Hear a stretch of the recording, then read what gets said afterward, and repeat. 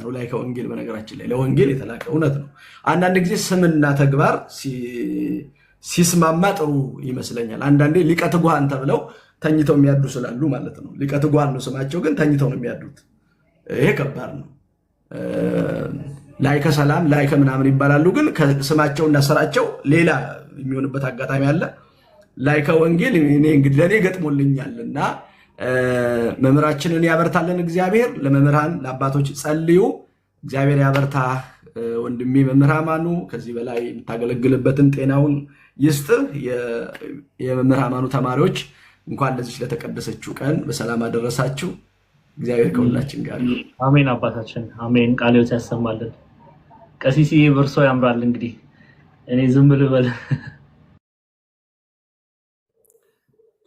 ክቡር አባታችን መጋቢያ ይላፍ ቀሲስ ዳንኤል ወንድሙ የሕዝቅኤልን ትንቢት መሰረት አድርገው ይህንን መጽሐፍ ብላ በሚል ርዕስ ለሰዓቱ ትክክለኛው መልእክትና ትክክለኛውን መጽሐፍ ቅዱስ ለሚማሩ ሰዎች መተላለፍ የሚገባውን መልእክት አስተላልፈውልናል። እንግዲህ መስማት አንድ ነገር ነው፣ የተሰማው ደግሞ ለዘላለም ሕይወት ሲያበቃ ለፍሬ ሲሆን ደግሞ ትልቅ ነገር መሆኑን በስፋት ዘርዝረው አስተምረውናል። አምላከ ሊቃውንት መድኃኔ ዓለም ኢየሱስ ክርስቶስ አስመ መምህራንን ያድልልን፣ ከክፉ ሁሉ ይጠብቅልን፣ በጸጋ ላይ ጸጋ፣ በእውቀት ላይ እውቀት፣ በጥበብ ላይ ጥበብ ጨምሮ ጨማምሮ ይስጥልን። ክህነት ይባርክ መጋቢ። እሺ አባታችን እግዚአብሔር አምላክ ያክብርልን። እውነት ጡም የሆነ መብል ነው የመገቡን። እግዚአብሔር አምላክ ያክብርልን። ሁላችሁንም እጅግ አድርጌ አመሰግናለሁ። ቀጣይ መርሃ ግብራችን እንግዲህ ወደ ቃለ እግዚአብሔር ነው። ገና እየጀመርን ነው። መሸጋገሪያ አንድ መዝሙር ወደ ዲያቆን ስለሺ መጣና አንድ መዝሙር ወንድማችን ካቀረበልን በኋላ አብረውን ቀሲስ ጥበቡ መምህር ኤፍሬምም አብረውን አሉ። አባታዊ ምክርን እነሱ ያላብሱንና ወደ ቀሲስ ቴድሮስ መለሳለሁ። ዲያቆን ስለሺ ያንተ መርሃ ግብር ነው።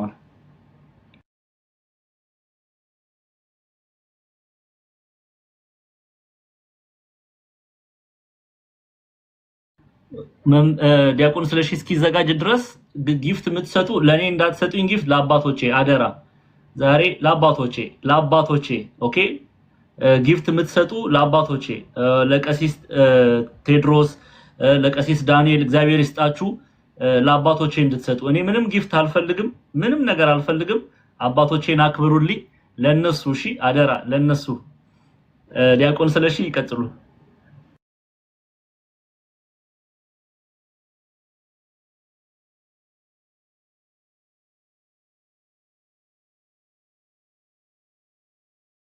ሰከንድ አማኒ። እሺ እስከዛ ድረስ አባታችን አባታዊ ምክርን ይስጡልን፣ ያው እስኪመጡ ድረስ።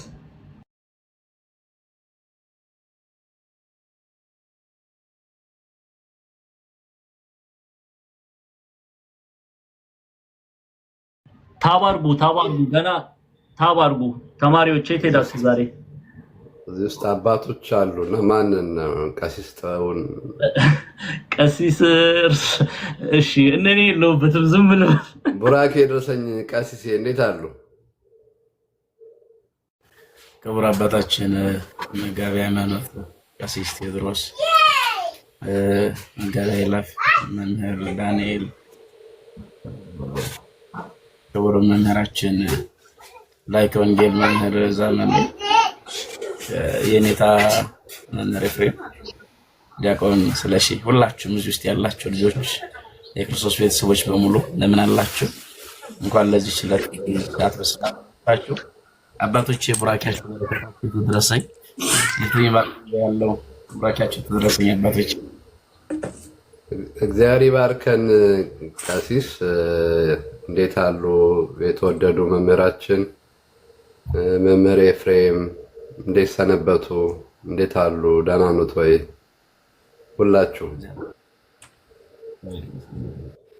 አምላከ ቅዱሳን እግዚአብሔር ይመስገን። ቀሲስ ይፍቱ የማይሰራ ኃጢአት ሊቃውንተ ቤተ ክርስቲያን፣ የእግዚአብሔር ቤተሰቦች፣ ምዕመናን ሁላችሁንም ሰላም ብያለሁ።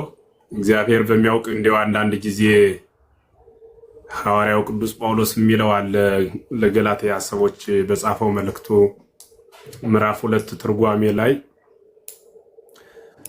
መሰባሰባችሁን ባየሁ ጊዜ ደስታዬ እጅግ ይጨምራል ይላልና እንዲህ አይነት ቅዱስ ስብስብ ትውልዱን ለማደንዘዝ የተሰራውን ሚዲያ እኛ ግን ቀድሰንና ቀይረን የሚለቀቅበትን ዓለማዊ ትርክትና ወሬ በእግዚአብሔር ቃል እንዲህ አድርጎ መዋጀት ከምንም በላይ ልዩ ነውና ወንድማችን ዲያቆን ዛማኑኤል መምህር እንደዚህ በጣም በተገለጸ ሁኔታ አባቶችን በክብር አስቀምጦ የእግዚአብሔርን ቃል ትክክለኛው በቤተ ጉባኤ ስናከናውነው የኖርነው ያለነውም የወንበር ስርዓት የሚመስል መጻሕፍትን አውጥቶ ቃል በቃል እያነበቡ ጾታ ሳይመርጡ የእግዚአብሔርን ቃል መመገብ እግዚአብሔር በሚያውቅ ከማድነቅም ያለፈ ይሄ መመሰጥ የሚባለው የተሰጥሞ ብርሃን የሚባለው የስምንተኛው ማዕረግ የምንለው እሱን የምናይበት አብይ ምስጢር ነውና እሱን በጣም ማመስገን ፈልጋለሁ። ሌላው ቀደም ሲል ሲያስተምሩን የነበረው መምህር እግዚአብሔር በሚያውቅ ቤተ ወንጌል የሚባሉት እኔ እንዲሁ የቤተ ክርስቲያን ጸጋዋ ይገርማል። ለሁሉም እንደየድርሻው ወኩሎ ጾር ወይ ጸጉር የሚላል ሁሉም የየድርሻውን ይሸከማል ይባላል በሐዲስ ኪዳን። እንደ ብሉይ ኪዳን ባንዱ ኃጢአት አንዱ አይጎዳም ለማለት እና ለሁሉም ለእያንዳንዱ እግዚአብሔር የሰጠው ጸጋ በጣም የሚደነቅ በደንብ ነበር ሲገልጹት የነበርና አስበ መምህራንን ክብረ ሊቃውንትን ያድልልን። ሌላውም ቀሲስ እዚህ ላይ ያሉት አንደበታቸው የሚጣፍጥ እንዲያው በደንብ ቢናገሩ ደግሞ ምን አይነት ይሆኑ እያልኩ ደግሞ እሳቸውን ቀሲስ ጥበቡ ውስጤ እየታዘበ ነበረና በጣም እግዚአብሔር ያክብርልን። ክብረ ጴጥሮስን ወዮሐንስ ያድልልን ብለናል። ቀሲስ አባታችን ቀሲስ ቴዎድሮስ እግዚአብሔር በሚያውቅ ሚዲያው የኃጢአት ሸቀጥ እንዳይመስል በታላቅ አባትነት ድባብ በመሆን ጊዜዎትን ሰጠው ቁጭ ብለው በየቤቱ ሳይወት ማምላክ ምስክሬ ናት። እኔ እነ ዘመነ ዮሐንስ አፈወርቅ ነው በህሊና የሚመጣብኝ። በእርሶ እድሜ ይሄን ሚዲያውን ንቀው ጠልተው የወጡ ብዙዎች ናቸው የተውትና ግን ደግሞ ትውልዱ ባለበት እየገቡ ማስተማር ግዴታ አለብን። ወበከመ ተሃባ ሰይጣን ውስተ ሥጋ ከይሲ በጉህሉት ከማሁ ኮነ ድኅረትነ በተሰውሮ ተቃለ እግዚአብሔር ነው የሚለው ሊቁ። ምን ማለት ነው? በስጋ ከይሲ ተሰውሮ አዳምን ቢያስተው በስጋ ማርያም ተሰውሮ አዳነው ነው። እኛ እንዳናየው ትውልዱ በዚህ ውስጥ ቢሰወር እኛም አብረን ደግሞ እነሱ በገቡበት ገብተን ተሰውረን ማስተማር ሃይማኖታዊ ግዴታችን፣ የስልጣን ደግሞ አባታዊ ኃላፊነት አለብን። ትውልዱ ባለበት ሁሉ እየገቡ ማስተማርና ከምንም በላይ በጣም የሚያስመሰግን ደስ የሚል ነው። ሌሎች ልጆቻችን ታች በ400 የምትቆጠሩ ቁጭ ብላችሁ እኛ ገብተን እዚህ ገስትና ሙቅ እንዲናደርግ ሳትሉ የእግዚአብሔርን ቃል ለመማር በየቤታችሁ እስክሪብቶ የጨበጣችሁ እኛ በማናያችሁ እግዚአብሔር ሚያያችሁ ሪከርድ እያደረጋችሁ የምትማሩ በጣም የሚያስመሰግን ነው እና ውስጥ ላይ ደግሞ ያላችሁ ቤቱን አክብራችሁ እንደ ቤተክርስቲያን እህቶቻችን ሻሽ ጠምጥማችሁ ስርዓተ ቤተክርስቲያን ተላብሳችሁ እስክሪብቶ ማስታወሻ ደብተር ይዛችሁ እግዚአብሔርን ቃል ለመማር በዚህ ልክ ህሊናችን ማዘጋጀታችን በተለያየ ቦታ የተለያየ ዘፈን ቋንቋ በመላበት ሚዲያ ውስጥ የእግዚአብሔር ቃል ባለበት ቀስማችሁ መጣችሁ። እንደ ንብ ብዙ አበባ አለ፣ ግን እሷ የሚመቻትን ነው ሄዳ አመጣ ማር የምትሰራና ምስጋና ለመስራት ትክክለኛው አበባ ያለበት የቤተክርስቲያን ሙዳይ ያለበት የት ነው ብላችሁ የምትቀስሙ ልጆቻችንም እጅጉን እናከብር እናመሰግናችሁም አለንና በጣም ድንቅ ነው። እንደው ደስ ብሎኝ ነው መጥቼ ጠጋ ያልሁት በዛውም ሳብ ባደረጋችሁኝና ክርስቶስ ወደ ላይኛው በመጨረሻው ዘመን በክብር ይሳብልኝ ነው ልል የምችለው። እግዚአብሔር ይስጥልኝ።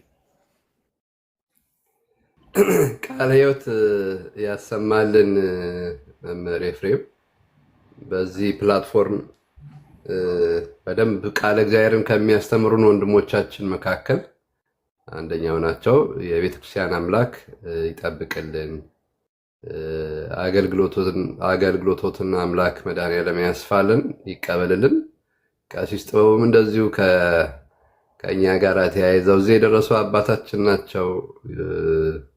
ብዙዎች መጥተዋል፣ ብዙዎች ይመለሳሉ። ነገር ግን በጽናት አገልግሎቱን ይዘው የቀጠሉ አባት ናቸው። እግዚአብሔር ይስጥልን። ወደ ዲያቆን ስለሺ እንሄዳለን።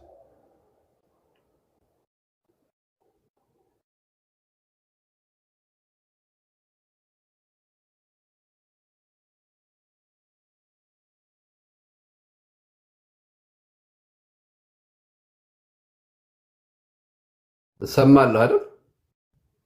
አዎ አባታችን ያው ይሰማሉ። ዲያቆን ስለሺ ይሰማል አይደል? ዲያቆን ስለሺ ይሰማል? አማን እያለሁ አዎ ይሰማል። ቀጥል። አብረን እንዘምራለን። እመኑ በእርሱ ድንቅ ያደርጋል ጌታ በረድ አዝንቦ ጠላት እየመታ የሚለውን በጋራ አብረን እንዘምራለን። እመኑ በእርሱ ድንቅ ያደርጋል ጌታ በረድ አዝንቦ ጠላት እየመታ ውቅያኖስ ጥልቁን ፈጥኖ እያተነነ ነገር ለወጠ ሁሉ በእርሱ ሆነ። እመኑ በእርሱ ድንቅ ያደርጋል ጌታ በረድ አዝንቦ ጠላት እየመታ ውቅያኖስ ጥልቁን ፈጥኖ እያተነነ ነገር ለወጠ ሁሉ በእርሱ ሆነ። እመኑ በእርሱ ተራራው ነደደ፣ እመኑ በእርሱ ሸለቆ ታወከ፣ እመኑ በእርሱ ዝግባው ተሰባብሮ፣ እመኑ በእርሱ አለቱ ደቀቀ። እመኑ በእርሱ የአሕዛብ ጣዖታት፣ እመኑ በእርሱ በፊቱ ረገፉ። እመኑ በእርሱ በስሙ የታመኑ፣ እመኑ በእርሱ ወጀቡን ቀዘፉ።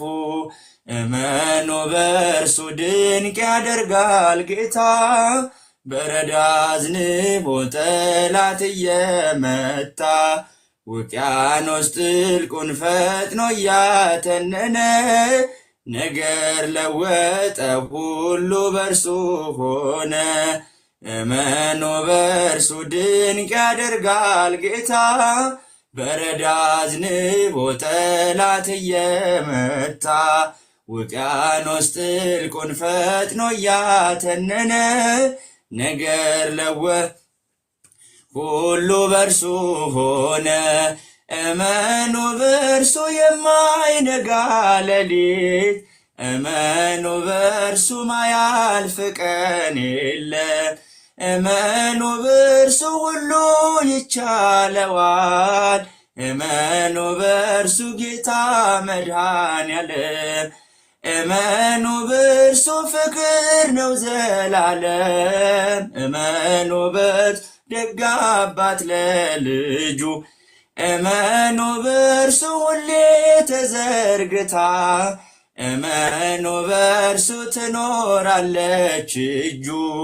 እመኑ በእርሱ ድንቅ ያደርጋል ጌታ በረድ አዝንቦ ጠላት እየመታ ውቅያኖስ ጥልቁን ፈጥኖ እያተነነ ነገር ለወጠ ሁሉ በእርሱ ሆነ። እመኑ በእርሱ ሞገድ የማይሰብረው፣ እመኑ በእርሱ ጽኑ መርከብ አለን። እመኑ በእርሱ አንፈራም አንሰጋም፣ እመኑ በእርሱ ከእርሱ ጋር እያለን። እመኑ በእርሱ ጠላት ተሸንፏል፣ እመኑ በእርሱ ሰይጣን አፍሯል ዛሬ። እመኑ በእርሱ ወኔው ይነዋወጽ፣ እመኑ በእርሱ በታላቅ ዝማሬ። እመኑ በእርሱ ድንቅ ያደርጋል ጌታ በረድ አዝንቦ ጠላት እየመታ ውቅያኖስ ጥልቁን ፈጥኖ እያተነነ ነገር ለወጠ ሁሉ በርሱ ሆነ። እመኑ በርሱ ባዶ ነው አይሰራም። እመኑ በርሱ የጠላት ፉከራ። እመኑ በርሱ የማይተወን ጌታ። እመኑ በርሱ አለ ከኛ ጋራ። እመኑ በርሱ እጅግ አትረፍርፉ። እመኑ በርሱ ጸጋ ከበዛልን። እመኑ በርሱ ከሞት ጀርባ ሆነን። እመኑ በርሱ ገና እንዘምራለን። እመኑ በርሱ ድንቅ ያደርጋል ጌታ። በረዳ አዝንቦ ጠላት እየመታ። ውቅያኖስ ጥልቁን ፈጥኖ እያተነነ። ነገር ለወጠ ሁሉ በርሱ ሆነ። እመኑ በርሱ የማይነጋ ሌሊት። እመኑ በርሱ ማያልፍ ቀን የለም። እመኑ በርሱ ሁሉ ይቻለዋል። እመኑ በርሱ ጌታ መድኃኔዓለም። እመኑ በርሱ ፍቅር ነው ዘላለም። እመኑ በርሱ ደግ አባት ለልጁ። እመኑ በርሱ ሁሌ ተዘርግታ። እመኑ በርሱ ትኖራለች እጁ። እመኑ በርሱ ድንቅ ያደርጋል ጌታ። በረዳ አዝንቦ ጠላት እየመታ። ውቅያኖስ ጥልቁን ፈጥኖ እያተነነ። ነገር ለወጠው ሆነ። አስተምሮናልና መክሮናልና ገስጾናልና። አስተምሮናልና መክሮናልና ገስጾናልና። እግዚአብሔር ይድረሰው ምስጋና። ቸሮ አባታችን ይድረሰው ምስጋና። እግዚአብሔር ይድረሰው ምስጋና። ቸሮ አምላካችን ይድረሰው ምስጋና። አስተምሮናልና መክሮናልና ገስጾናልና። አስተምሮናልና መክሮናልና ገስጾናልና። እግዚአብሔር ይድረሰው ምስጋና። ቸሮ አምላካችን ይድረሰው ምስጋና። እግዚአብሔር ይድረሰው ምስጋና። ቸሮ አባታችን ይድረሰው ምስጋና። አሜን። ያስተማረን የመከረን ለዚህም ጊዜ ያደረሰን አምላካችን እግዚአብሔር ስሙ ይመስገን። ስብሐት ለእግዚአብሔር። አባታችን ይመርቁት። ዝማሬ መላእክትን፣ ዝማሬ ዳዊትን፣ ዝማሬ ያሬድን ያሰማልን፣ በእድሜ በጸጋ ይጠብቅልን። እንግዲህ እንደ ቅዳሴ ማርያሙ ከፍ ላለ ማዕረግ ያብቃልን። አስበ ዘማሪያንን ያድልልን። በርታ፣ ጠንክር ዲያቆን ስለሽ። እሺ፣ ከዚህ በኋላ ቀሲስ ጥበቡ ስላሉ ምናልባት አባታችን ምክረ አበው ቢሰጡን የእሳቸውን ምክረ አበው ሰምተን እንደጨረሱ ቀሲስ ቴዎድሮስ አባታችን መጨረሻውን ቃለ እግዚአብሔር ያስተምሩንና ተማሪዎችን ይመክራሉ። መልእክት ይኖራቸዋል እርግጠኛ ነኝ። አባታዊ ምክራቸውን ያላብሱንና መጨረሻ በጸሎት መርሐ ግብራችን እንዘጋለን ማለት ነው። ቀሲስዬ፣ ቀሲስ ጥበቡ እርስዎ ይቀጥሉ።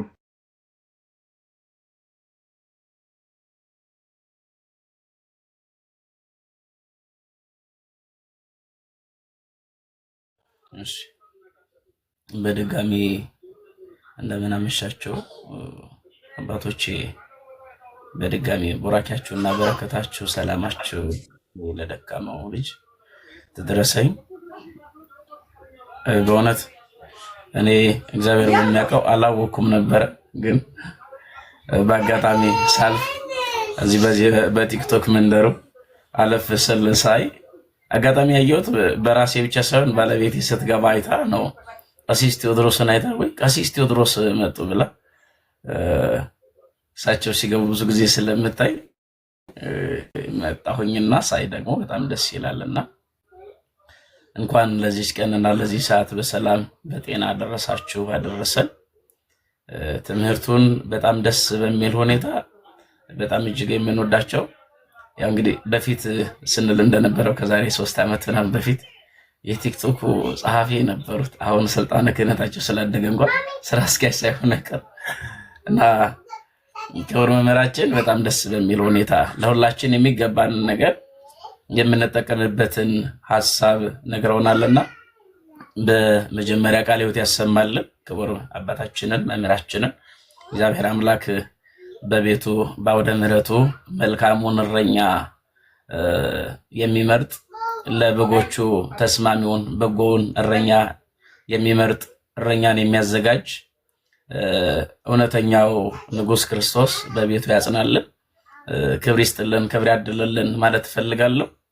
እንደው ምናልባት ሐሳብ መልእክት ጥቂት አስተላልፈ ስለተባልኩኝ መነሻ እንደው 5 ደቂቃ እንኳን በማትሞላ ደቂቃ ውስጥ ለማስተላለፍ ቅዱስ ባስልዮስ የምስጋና ክፍል በሆነው እንደው ቅዳሴ ሲገቡ ካህናት አባቶቻችን የሚሏትን ቃል ብቻ መነሻ ሐሳቧን ልበልና ከዛ በሱ ሐሳብ ላይ ጥቂት ነገር ለመናገር እፈልጋለሁና እንግዲህ ቅዱስ ባስልዮስ በምስጋና ክፍሉ ለኛ በጎ ነገርን ያደረገልን ይቅር ባይ እግዚአብሔርን እናመሰግነዋለን ብሎ ይናገራል። ለኛ በጎ ነገር ያደረገልንን ይቅር ባይ እግዚአብሔርን እናመሰግነዋለን።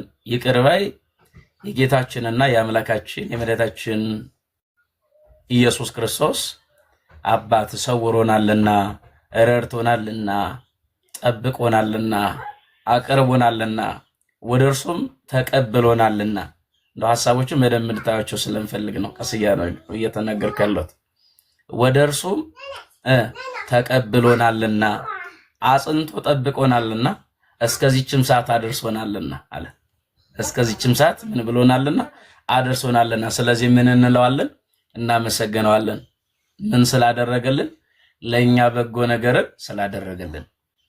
እንግዲህ በነገሮች ሁሉ የሚረዳ በነገሮች ሁሉ የሚጠብቅ ኃጢአትና በደልን ይቅር የሚል ልበ አምላክ ቅዱስ ዳዊት እንደተናገረው ኃጢአትና በደልን የቀደመ በደልን ይቅር እንደሚል ራሱ ሲናገር ይቅርታም ደግሞ እሱን መጠየቅ እንዳለብን ሲናገር ይተስከር ለነ አበሳነ ዘትካት ፍጡነ ይርከበነ ሳይልከ እግዚኦ፣ አቤቱ የቀደመ በደላችንን አታስብብን፣ ይቅርታ ፈጥኖ ይደረግልናል። ይቅርታውን ፈጥኖ የሚያደርግ የይቅርታ ባለቤት የምህረት ባለቤት የምህረት ንጉሥ ራሱ ጌታችን አምላካችን መድኃኒታችን እሱ ነውና፣ ስለዚህ ይቅር ባይ የሆነው አምላካችን በዘመናት የሸመገለ ቅዱሱ አምላካችን እግዚአብሔር ሁላችንን ነርቶ ሁላችንን ጠብቆ እንዲህ ቃሉን እንድንሰማ በቃሉ እንድንቀደስ በቃሉ እንድንባረክ እንድንጸና ያደረገን እርሱ ነውና፣ ስለዚህ ምን እንለዋለን? እናመሰግነዋለን ማለት ነው። እንግዲህ ሲጠራን ቁመትን አልተመለከተም፣ የእውቀት ደረጃን አልተመለከተም፣ አለባበስን አልተመለከተም፣ የኑሮ ሁኔታን አልተመለከተም። ሰው በቤቱ ሲያስቀምጥ የኑሮ ደረጃን ይመለከታል። ልብሱ ቆሸሽ ካለ ሶፋ ሁኔታውና እስኪ ይመቻል እዚህ ላይ ተቀመጥ ብሎ ኩርሲ ያዘጋጃል። እግዚአብሔር ሲጠራ ግን እንዲህ አይደለም። እግዚአብሔር ሲያስቀምጥ እንዲህ አይደለም። በቅድስና ሕይወት እንድንኖር ኃጢአት በደላችንን ሳይመለከት ይቅር ባይ ስለሆነ ብቻ ይቅር ብሎ በቅድስና ሕይወት እንድንመላለስ ወደ ቅድስናው ስፍራ እንድንመጣ ያደርገናል። ወደ ቅድስናው ሕይወት ደግሞ የምንቀርብበት ትልቁ ሐሳብ ምንድነው ከተባለ ቃሉን መስማት ማለት ነው።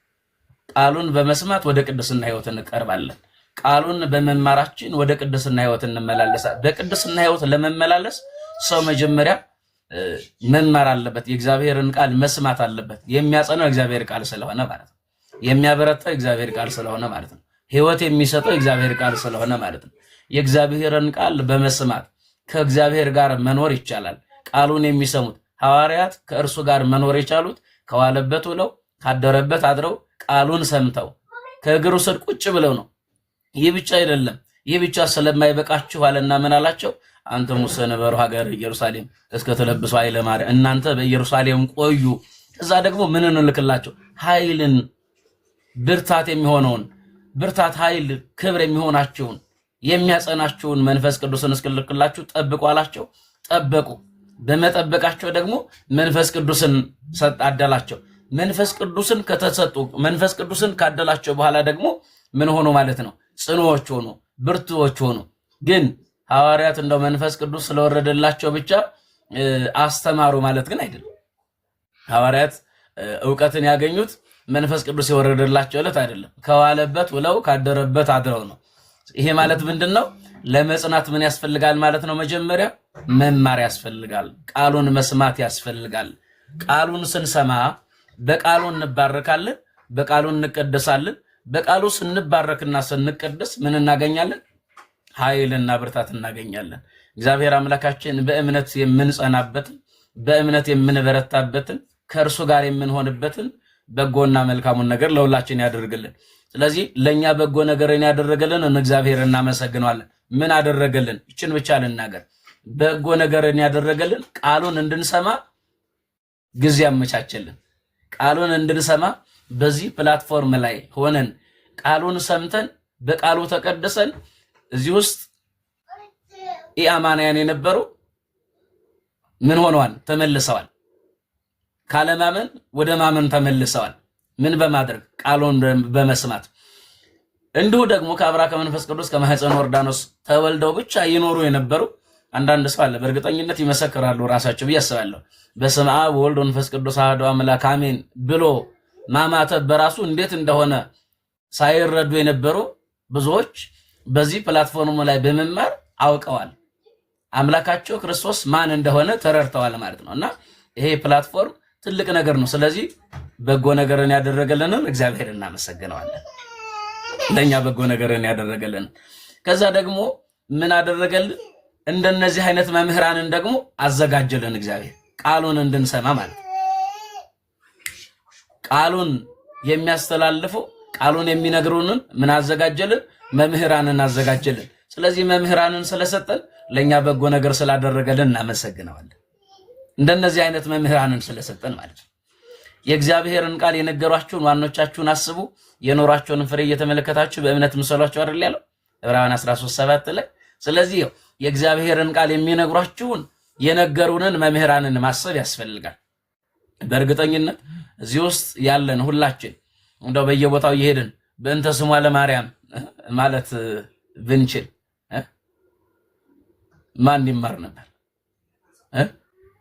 በእንተ ስሟ ለማርያም እየተባለ እንደ ቆሎ ተማሪ ቢማር ማን ይማር ነበር? ግን ቀደም ክቡር አባታችን እንደተናገሩት በዚህ ፕላትፎርም ላይ ተቀምጠን እንድንማር እግዚአብሔር ጊዜውን አመቻችልን። ስለዚህ ይሄንን ስላደረገ እግዚአብሔር እናመሰግነዋለን። እና በእውነት እኔ በዚህ በማቴዎስ ወንጌል ምዕራፍ 25 ከቁጥር 14 ላይ እስከ 31 ባለው ትላንት የተነበበ ወንጌል አለ አይደል? እንደው መልካሙ አገልጋይ ታማኙ እነዛ በጎዎቹ አሉ። በጎዎቹ አገልጋዮች የተሰጣቸውን ወጥተው ወርደው አትርፈዋል። በእውነት እዚህ ውስጥ ያላችሁ መምህራን ወጥታችሁ ወርዳችሁ አትርፋችኋል። እዚህ ውስጥ መክሊቱን የቀበረ መምህር የለም። በእውነት እግዚአብሔር አምላካችን እናንተን ስለሰጠን ስሙ ለዘላለም የተመሰገነ ይሁን።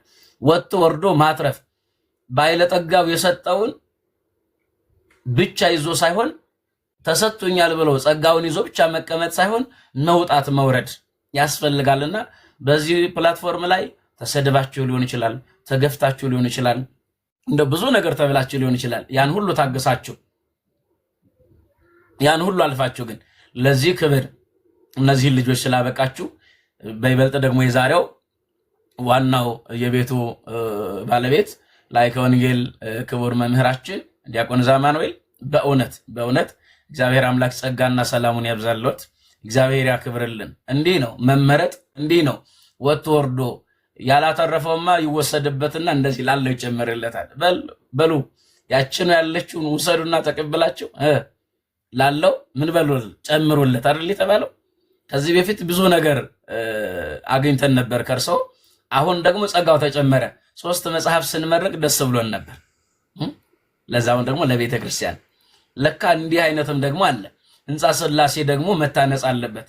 ለህንፃ ቤተ መቅደስ መጻሕፍትን እንደው ደግሞ ለሰው ልጅ አእምሮ መጻሕፍትን ገቢው ለማን?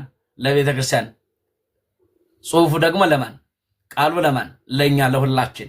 ከዛስ እንዲህ ደግሞ ታንጸው ህንፃ ሥላሴ ደግሞ ሲታይ በጣም ደስ ይላልና ስራህ ምንድነው ሲባል እኔማ ጥሩ አናጺ ነኝ አይደል ያለው የሐዋርያ አናጺ ነኝ ጥሩ ግንበኛ ነኝ እንዳለው ጥሩ ግንበኛ ጥሩ አናጺ ነውና በእውነት በዚህ ሙያ በዚህ ክብር እግዚአብሔር አምላካችን ያጽናልን። ለተሻለው ማይረግ ለበጎ ነገር ደግሞ እግዚአብሔር አምላካችን ያድርስልን። እንግዲህ እንዲህ አይነት አናጺዎች፣ እንዲህ አይነት ባለሙያዎች፣ እንዲህ አይነት ገንቢዎች ያስፈልጋሉ። ታውቃላችሁ፣ የሰውን አእምሮ የሚገነቡ ማለት ነው። የሰውን አእምሮ ጠረበው አስተካክለው የሚያዘጋጁ ለእግዚአብሔር መንግስት የሚያቀርቡ ወደ ስጋ ወደሙ ክብር የሚመልሱ እንደነዚህ አይነት መምህራን ያስፈልጋሉ ማለት ነው። ለመልካሚቷ ነገር ቅኑ ነው የተባለው ለእንዲህ አይነት ነገር የማይቀና ሰው በእርግጠኝነት ጠላት ዲያብሎስ በልቡ ያደረበት ካልሆነ በስተቀር ጤነኛ ነው ብዬ አላስብም። እና ለእንዲህ አይነት ነገር መቅናት ያስፈልጋልና በእውነት ክብሩ መምህራችን እግዚአብሔር ያክብርልን፣ እግዚአብሔር ይስጥልን። ግን ይሄን ሁሉ ያደረገልን እግዚአብሔር ስለሆነ በጎውን ነገር ያደረገልንን እግዚአብሔር እናመሰግነዋለን። በጎውን ነገር የሰጠንን እግዚአብሔር እናመሰግነዋለንና በእውነት ዛሬ ደግሞ ፍሬያችሁ የተገለጠባችሁ በመሬት ላይ የወደቀች ዘር መጀመሪያ ትበሰብስና ከዛ በኋላ ምን ትሆናለች? ፍሬ ታፈራለች። ፍሬ ያፈራችሁ ሁላችሁ ደግሞ እግዚአብሔር አምላክ ሰላሙን ያብዛላችሁ። በእውነት ፍሬያችሁ የሚገለጥ ይሁን። ፍሬያችሁ በሰው ፊት የሚታይ ይሁን። ያለ ፍርሃት ያለ መደንገጥ ማጋ ነው ምት የተከፈታለው ሰው ያስተጋባል። ያለ መፍራት እርሻለሁ ሐሳቤ ያለ መፍራት ያለ መደንገጥ በሰው ፊት የምትመሰክሩ ሁኑ። እግዚአብሔር አምላክ ኃይልና ብርታት ይሆናችሁ። እንግዲህ በሰው ፊት ሳያፈር ሳይደነግጥ በሰው ፊት የሚመሰክርልኝ እኔ ደግሞ በሰማይ በአባቴ ፊት እመሰክርለታለሁ አይደል የሚለው። ስለዚህ በሰው ፊት የምትመሰክሩ በማያምኑት ፊት የምትመሰክሩ ያደርጋችሁ መድኃኒዓለም። በማያምኑት ፊት ያለ መፍራት ያለ መደንገጥ ስለ ክርስቶስ ጌትነት ስለ አምላክነቱ የምትመሰክሩ ያደርጋችሁ። ፍርሃትን ድንጋጤን ከናንተ አውጥቶ ይጣልላችሁ። ኃይል ብርታት ሞገስ ክብር ይሆናችሁ። በእውነት መምህራኑን አባቶቼን በእውነት እኔ እዚህ ፕላትፎርም ላይ ስገባ የመጀመሪያ ያገኘኋቸው አባት ባራኪ ክቡር አባታችን መጋቢ ሃይማኖት ቀሲስ ቴዎድሮስ ናቸው። እስካሁን ድረስ ደግሞ አሉ። እኔ እግዚአብሔር በሚያውቀው ያልተለወጡ ያልተቀየሩ አባት እሳቸውን አግኝቻለሁና እግዚአብሔር አምላክ በአባትነት ክብር በስልጣነ ክህነት ያኖረልን። በእውነት ክህነትዎን ክህነተ መልከ ጼዴቅ ክህነተ አሮን ያደርግልን። በመስቀልዎ የሚባርኩት ሁሉ መስቀልዎት በእጆ ያለ መስቀል ሞት የሚያነሳ ለምጻም የሚያነጻ ሽባ የሚተረትር ያደርግልን። እግዚአብሔር አምላካችን ለዚህ ክብር ያልበቃችሁትን ወደዚህ ክብር ያምጣችሁ። እግዚአብሔር ይስጥልን፣ እግዚአብሔር ያክብርልን። ተመራቂዎች እንግዲህ በእግዚአብሔር የተመረቅናችሁ ነውና ከተፈቀደልኝ አጭር ዝማሬ ከዚህ ካነሳሁት ሐሳብ ጋር እንትን የሚል አጭር ብቻ ዝማሬ ልበል። ቸርነቱ ያለን አባታችን ይዘምሩልን። ቸርነቱ ላይ ስለበዛ ይክበር ይመስገን መድኃኒዓለም የሁሉ ቤዛ እያል እንግዲህ ቸርነቱ አይደል የተነሳ ነው በእኛ በጎ ነገርን ያደረገ እግዚአብሔር እናመሰግነዋለን ያልነው። ስለዚህ እሱን እናመስግነው ቸርነቱ ስለበዛልን ማለት ነው። ቸርነቱ በእኛ ላይ ስለበዛ ቸርነቱ በእኛ ላይ ስለበዛ ይክበር ይመስገን መድኃኒዓለም የሁሉ ቤዛ ይክበር ይመስገን መድኃኒዓለም የሁሉ ቤዛ ይክበር ይመስገን መድኃኒዓለም የሁሉ ቤዛ ይክበር ይመስገን መድኃኒዓለም የሁሉ ቤዛ ቸርነቱ በእኛ ላይ ስለበዛ ቸርነቱ በእኛ ላይ ስለበዛ ይክበር ይመስገን መድኃኒዓለም የሁሉ ቤዛ ይክበር ይመስገን መድኃኒዓለም የሁሉ ቤዛ ይክበር ይመስገን መድኃኒዓለም የሁሉ ቤዛ ይክበር ይመስገን መድኃኔዓለም የሁሉ ቤዛ ቸርነቱ በእኛ ላይ ስለበዛ ቸርነቱ በእኛ ላይ ስለበዛ ይክበር ይመስገን መድኃኔዓለም የሁሉ ቤዛ ይክበር ይመስገን መድኃኔዓለም የሁሉ ቤዛ ይክበር ይመስገን መድኃኔዓለም የሁሉ ቤዛ ይክበር ይመስገን መድኃኔዓለም የሁሉ ቤዛ አብሰራ ገብርኤል ለማርያም ወይቤላ ተወልድ ወልደ አብሰራ ገብርኤል ለማርያም ወይቤላ ተወልድ ወልደ ሚካኤል መልአክ በክነፍ ጾራ መንጦላዕተ ደመና ሰወራ ንጽሕት በድንግልና አልባቲ ሙስና ተወልደ ወልድ እምኔሃ ሚካኤል መልአክ በክነፍ ጾራ መንጦላዕተ ደመና ሰወራ ንጽሕት በድንግልና አልባቲ ሙስና ተወልደ ወልድ እምኔሃ ገብርኤል ማርያምን አበሰራት ወንድ ልጅም ትወልጃለሽ አላት። ገብርኤል ማርያምን አበሰራት ወንድ ልጅም ትወልጃለሽ አላት። ሚካኤል መልአክ በክንፉ ከለላት የሰማይ መጋረጃውም ሸፈናት። ንጽሕት ናትና በድንግልና ጥፋት የለባትምና ወንድ ልጅን ወልዳልናለችና። ሚካኤል መልአክ በክንፉ ከለላት የሰማይ መጋረጃውም ሸፈናት። ንጽሕት ናትና በድንግልና ጥፋት የለባትምና ወንድ ልጅን ወልዳልናለችና። አብሰራ ገብርኤል ለማርያም ወይቤላ ተወልድ ወልደ አብሰራ ገብርኤል ለማርያም ወይቤላ ተወልድ ወልደ ሚካኤል መልአክ በክነፍ ጾራ መንጦላዕተ ደመና ሰወራ ንጽሕት በድንግልና አልባቲ ሙስና ተወልደ ወልድ እምኔሃ ሚካኤል መልአክ በክነፍ ጾራ መንጦላዕተ ደመና ሰወራ ንጽሕት በድንግልና አልባቲ ሙስና ተወልደ ወልድ እምኔሃ። አሜን። ዝማሬያችንን ይቀበልልን እግዚአብሔር አምላካችን በቸርነቱ በምሕረቱ በይቅርታው ይጠብቀን። በድጋሚ ዝማሬያችንን ተቀብለው ከኃጢአት ከበደል ርቀን በቤቱ ተገኝተን ንስሐ ገብተን ክቡር ሥጋውን በልተን ክቡር ደሙን ጠጥተን መንግስቱንና ርስቱን እንድንወርስ አምላከ ቅዱሳን ሁላችንን የሚርዳን። ወስብሐት ለእግዚአብሔር። በድጋሚ እንኳን ደስ አላችሁ። ባስረዘምኩ እድሜያችሁ ይርዘም። በሰማችሁ ልመናና ጸሎታችሁን ይስማችሁ። እግዚአብሔር ይስጥልን። ቃለ ሕይወትን ያሰማልን። ዝማሬ መላእክትን ያሰማልን። በእድሜ በጸጋ ይጠብቅልን።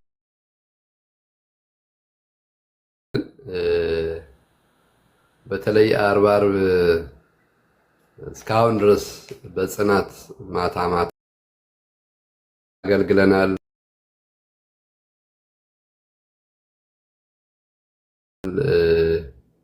እንግዲህ ፍጻሜያቸውን ያሳምርልን። ክህነት ይባርክ። የቤተ ክርስቲያን አምላክ ይጠብቅልን። ቤቶትን ቤተ አብርሃም ቤተ ሥላሴ ያድርግልን። ባሉበት በተሰጠው ጸጋ ቤተ ክርስቲያንን ያገለገሉን አባታችን ረጅም ዕድሜ ከጤና ጋር ያድልልን፣ ይጠብቅልን። አሜን። አሜን። ከዚህ በኋላ እንግዲህ 2 መርሃ ግብር ብቻ ነው የቀረን። አይዟችሁ። ታቡን 1 ሚሊዮን አስገቡት። ታቡን 1 ሚሊዮን ማስገባት እንዳትረሱ። ከዚህ በኋላ አባታችን ቀሲስ ቴድሮስ ምክር ለሁላችንም ምክርን ይሰጣሉ፣ ቃል እግዚአብሔርን ያስተምሩናል። ከዛ በኋላ እህታችን ሐና አንድ ዝማሬ ታቀርብልናለች። እሷ እስከዛ ተዘጋጃለች። ወንድማችን አቡና ወንድማችን ልደተቃል ድንገት ጉዳይ ገጥሟቸው አልቻሉም፣ ይቅርታ ጠይቀዋል። በዚህ አጋጣሚ እንኳን ደስ አላችሁ ተመራቂዎች የሚል መልእክት ተላልፏል እና ያንንም በዚህ አጋጣሚ ለመናገር ነው። የሥራ ጉዳይ የአገልግሎት ጉዳይ እንዳጋጣሚ ገጥሟቸው ነው ያልተገኙት። ስለዚህ ከዚህ በኋላ አባታችን ትምህርት ያስተምሩናል። ሁላችንም ምንሰራውን ነገር ትተን ቁጭ ብለን ከመምህራን ስር ከአባቶች ስር ቁጭ ብለን ትምህርታቸውን እንስማ።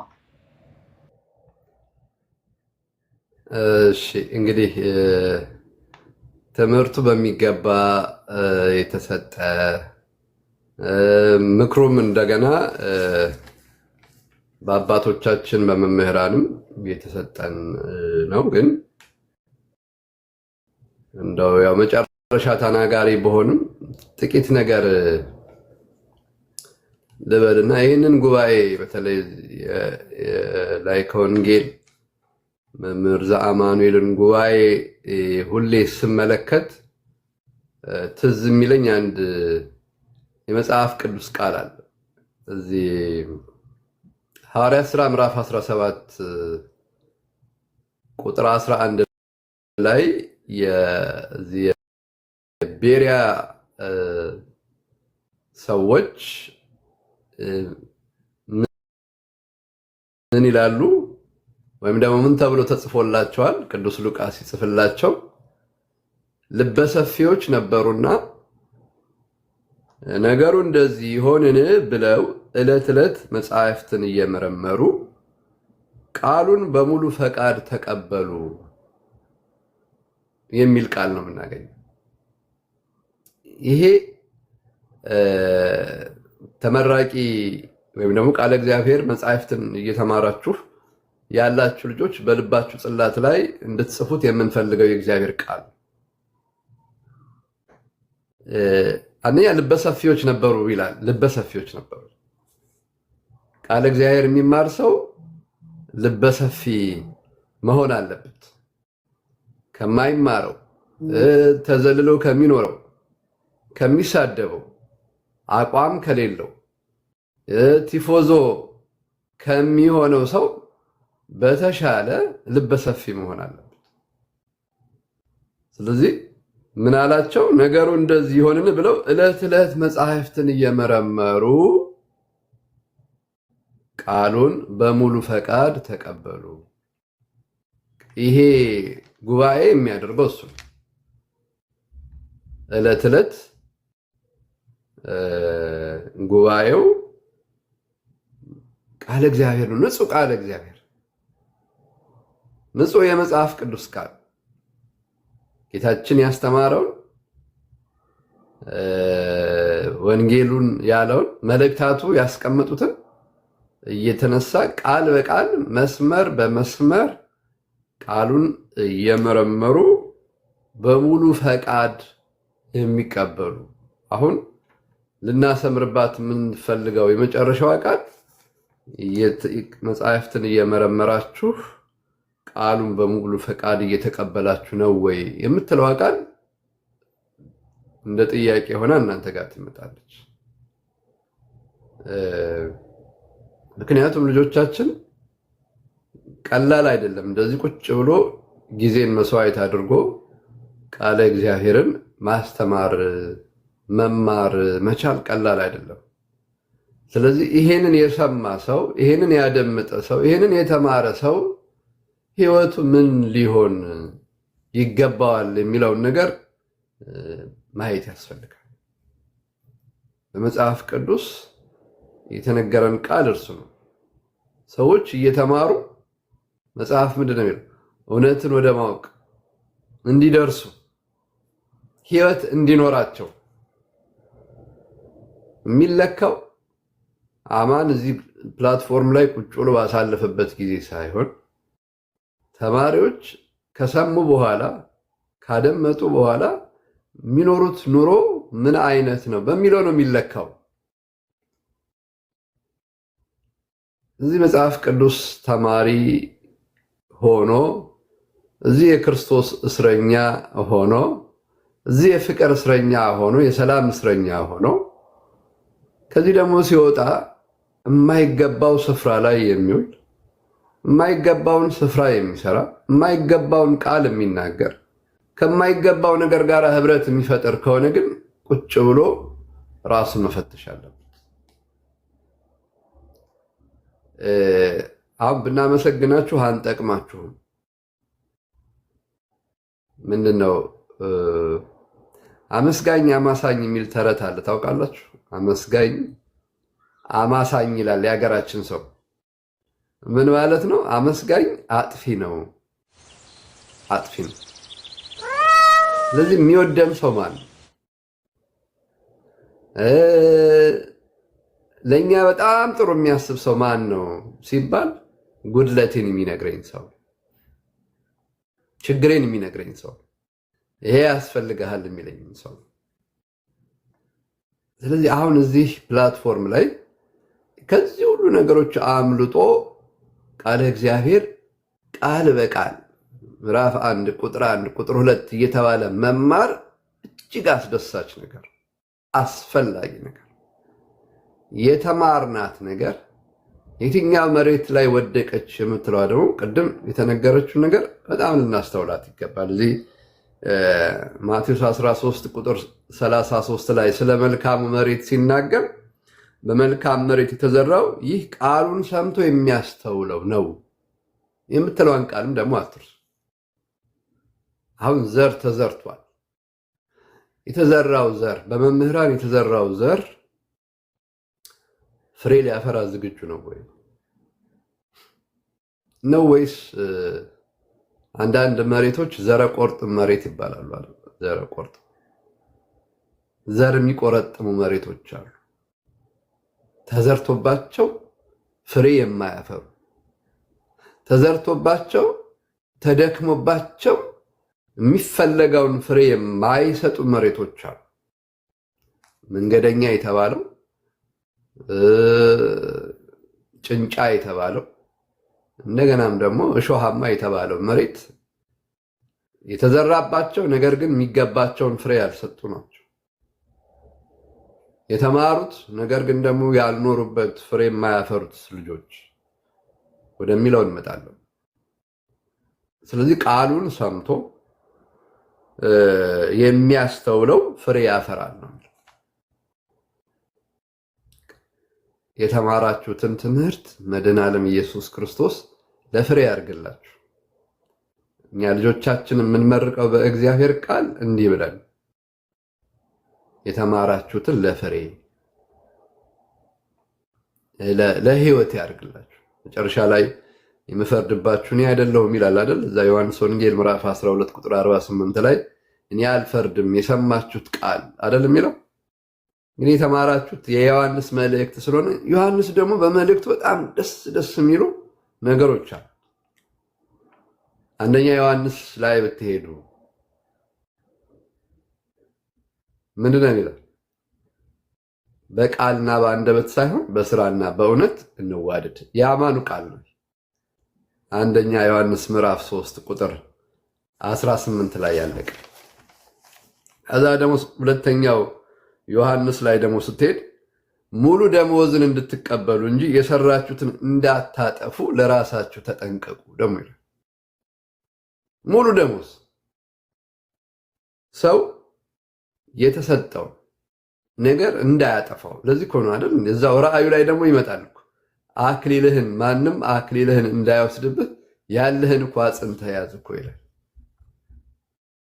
ለዚህ የሰማችኋትን ጤናማ ቃል የተማራችሁትን ኦርቶዶክሳዊ ትምህርት አደራ እንዳታጠፉት ለማለት ነው። ወንጌላዊ ዮሐንስ ሙሉ ደመወዝን እንድትቀበሉ እንጂ የሰራችሁትን እንዳታጠፉ ለራሳችሁ ተጠንቀቁ ይላል። እዛ ሁለተኛ ዮሐንስ ቁጥር 8 ላይ ለሮምና በላከው መልእክት በተለይ ለልጆቿ አደራ ሲያስተላልፍ ነው። እንግዲህ እመቤቴ ሆይ እያለ ለዚች ሴት ይህን ያህል ከተናገረ እመቤታችን ቅድስት ድንግል ማርያምን እመቤታችን ብለን ስንናገርላት የማናፍርባት መሆኑን የሮምና ታሪክ ያስረዳል። ስለዚህ አዲስ ትእዛዝ ምሰጥሽ አይደለሁም፣ ነገር ግን አስቀድሞ የነበረ ትእዛዝ ነው እያለ ወንጌሉ ላይ ያስተማረውን ትምህርት እዚህም ላይ ደግሞ ሲደግመው እናያለን። ወንጌሉ ላይ በጣም ደስ ከሚለኝ ቃል አንዱ እዚህ ዮሐንስ ወንጌል ምዕራፍ 14 ቁጥር 21 ላይ የሚወደኝ ትእዛዜ በእርሱ ዘንድ ያለችው የሚጠብቃት የሚወደኝ ይልና ትእዛዜ በእርሱ ዘንድ ያለችው ብቻ አይደለም የሚጠብቃት። እንዲህ እንድትሆኑ ነው ልጆቻችን የምንፈልገው። ፍሬ ያለው ክርስትና እንዲኖራችሁ ስትማሩ ተሳዳቢ ከነበራችሁ አርምሞ ዝምተኛ ትሆናላችሁ። እንዲህ ስትማሩ ቃለ እግዚአብሔር ወደ ህይወታችሁ ሲገባ ወደ ልባችሁ ሲገባ ተነሳሂ ልብ ይኖራችኋል። ስለዚህ ቃሉን ደስ እያላችሁ ዕለት ዕለት እየመረመራችሁ ስለሆነ በሙሉ ፈቃድ የምትቀበሉ ከሆነ ለንስሐ ለመብቃት ለስጋው ደሙ ለመቀበል ሌላውን ጨርቃችሁን ሁሉ ጥላችሁ ወደ እግዚአብሔር ለመምጣት ዛሬ ነገ አትሉ። እንደሱ አይነት ህይወት እንዲኖረን ነው ቅዱስ ጳውሎስ ደግሞ ለፊልጵስዩስ በላከው መልእክቱ በምዕራፍ 3 ቁጥር 16 ላይ በደረስንበት በዚያ እንመላለስ ይላል። በደረስንበት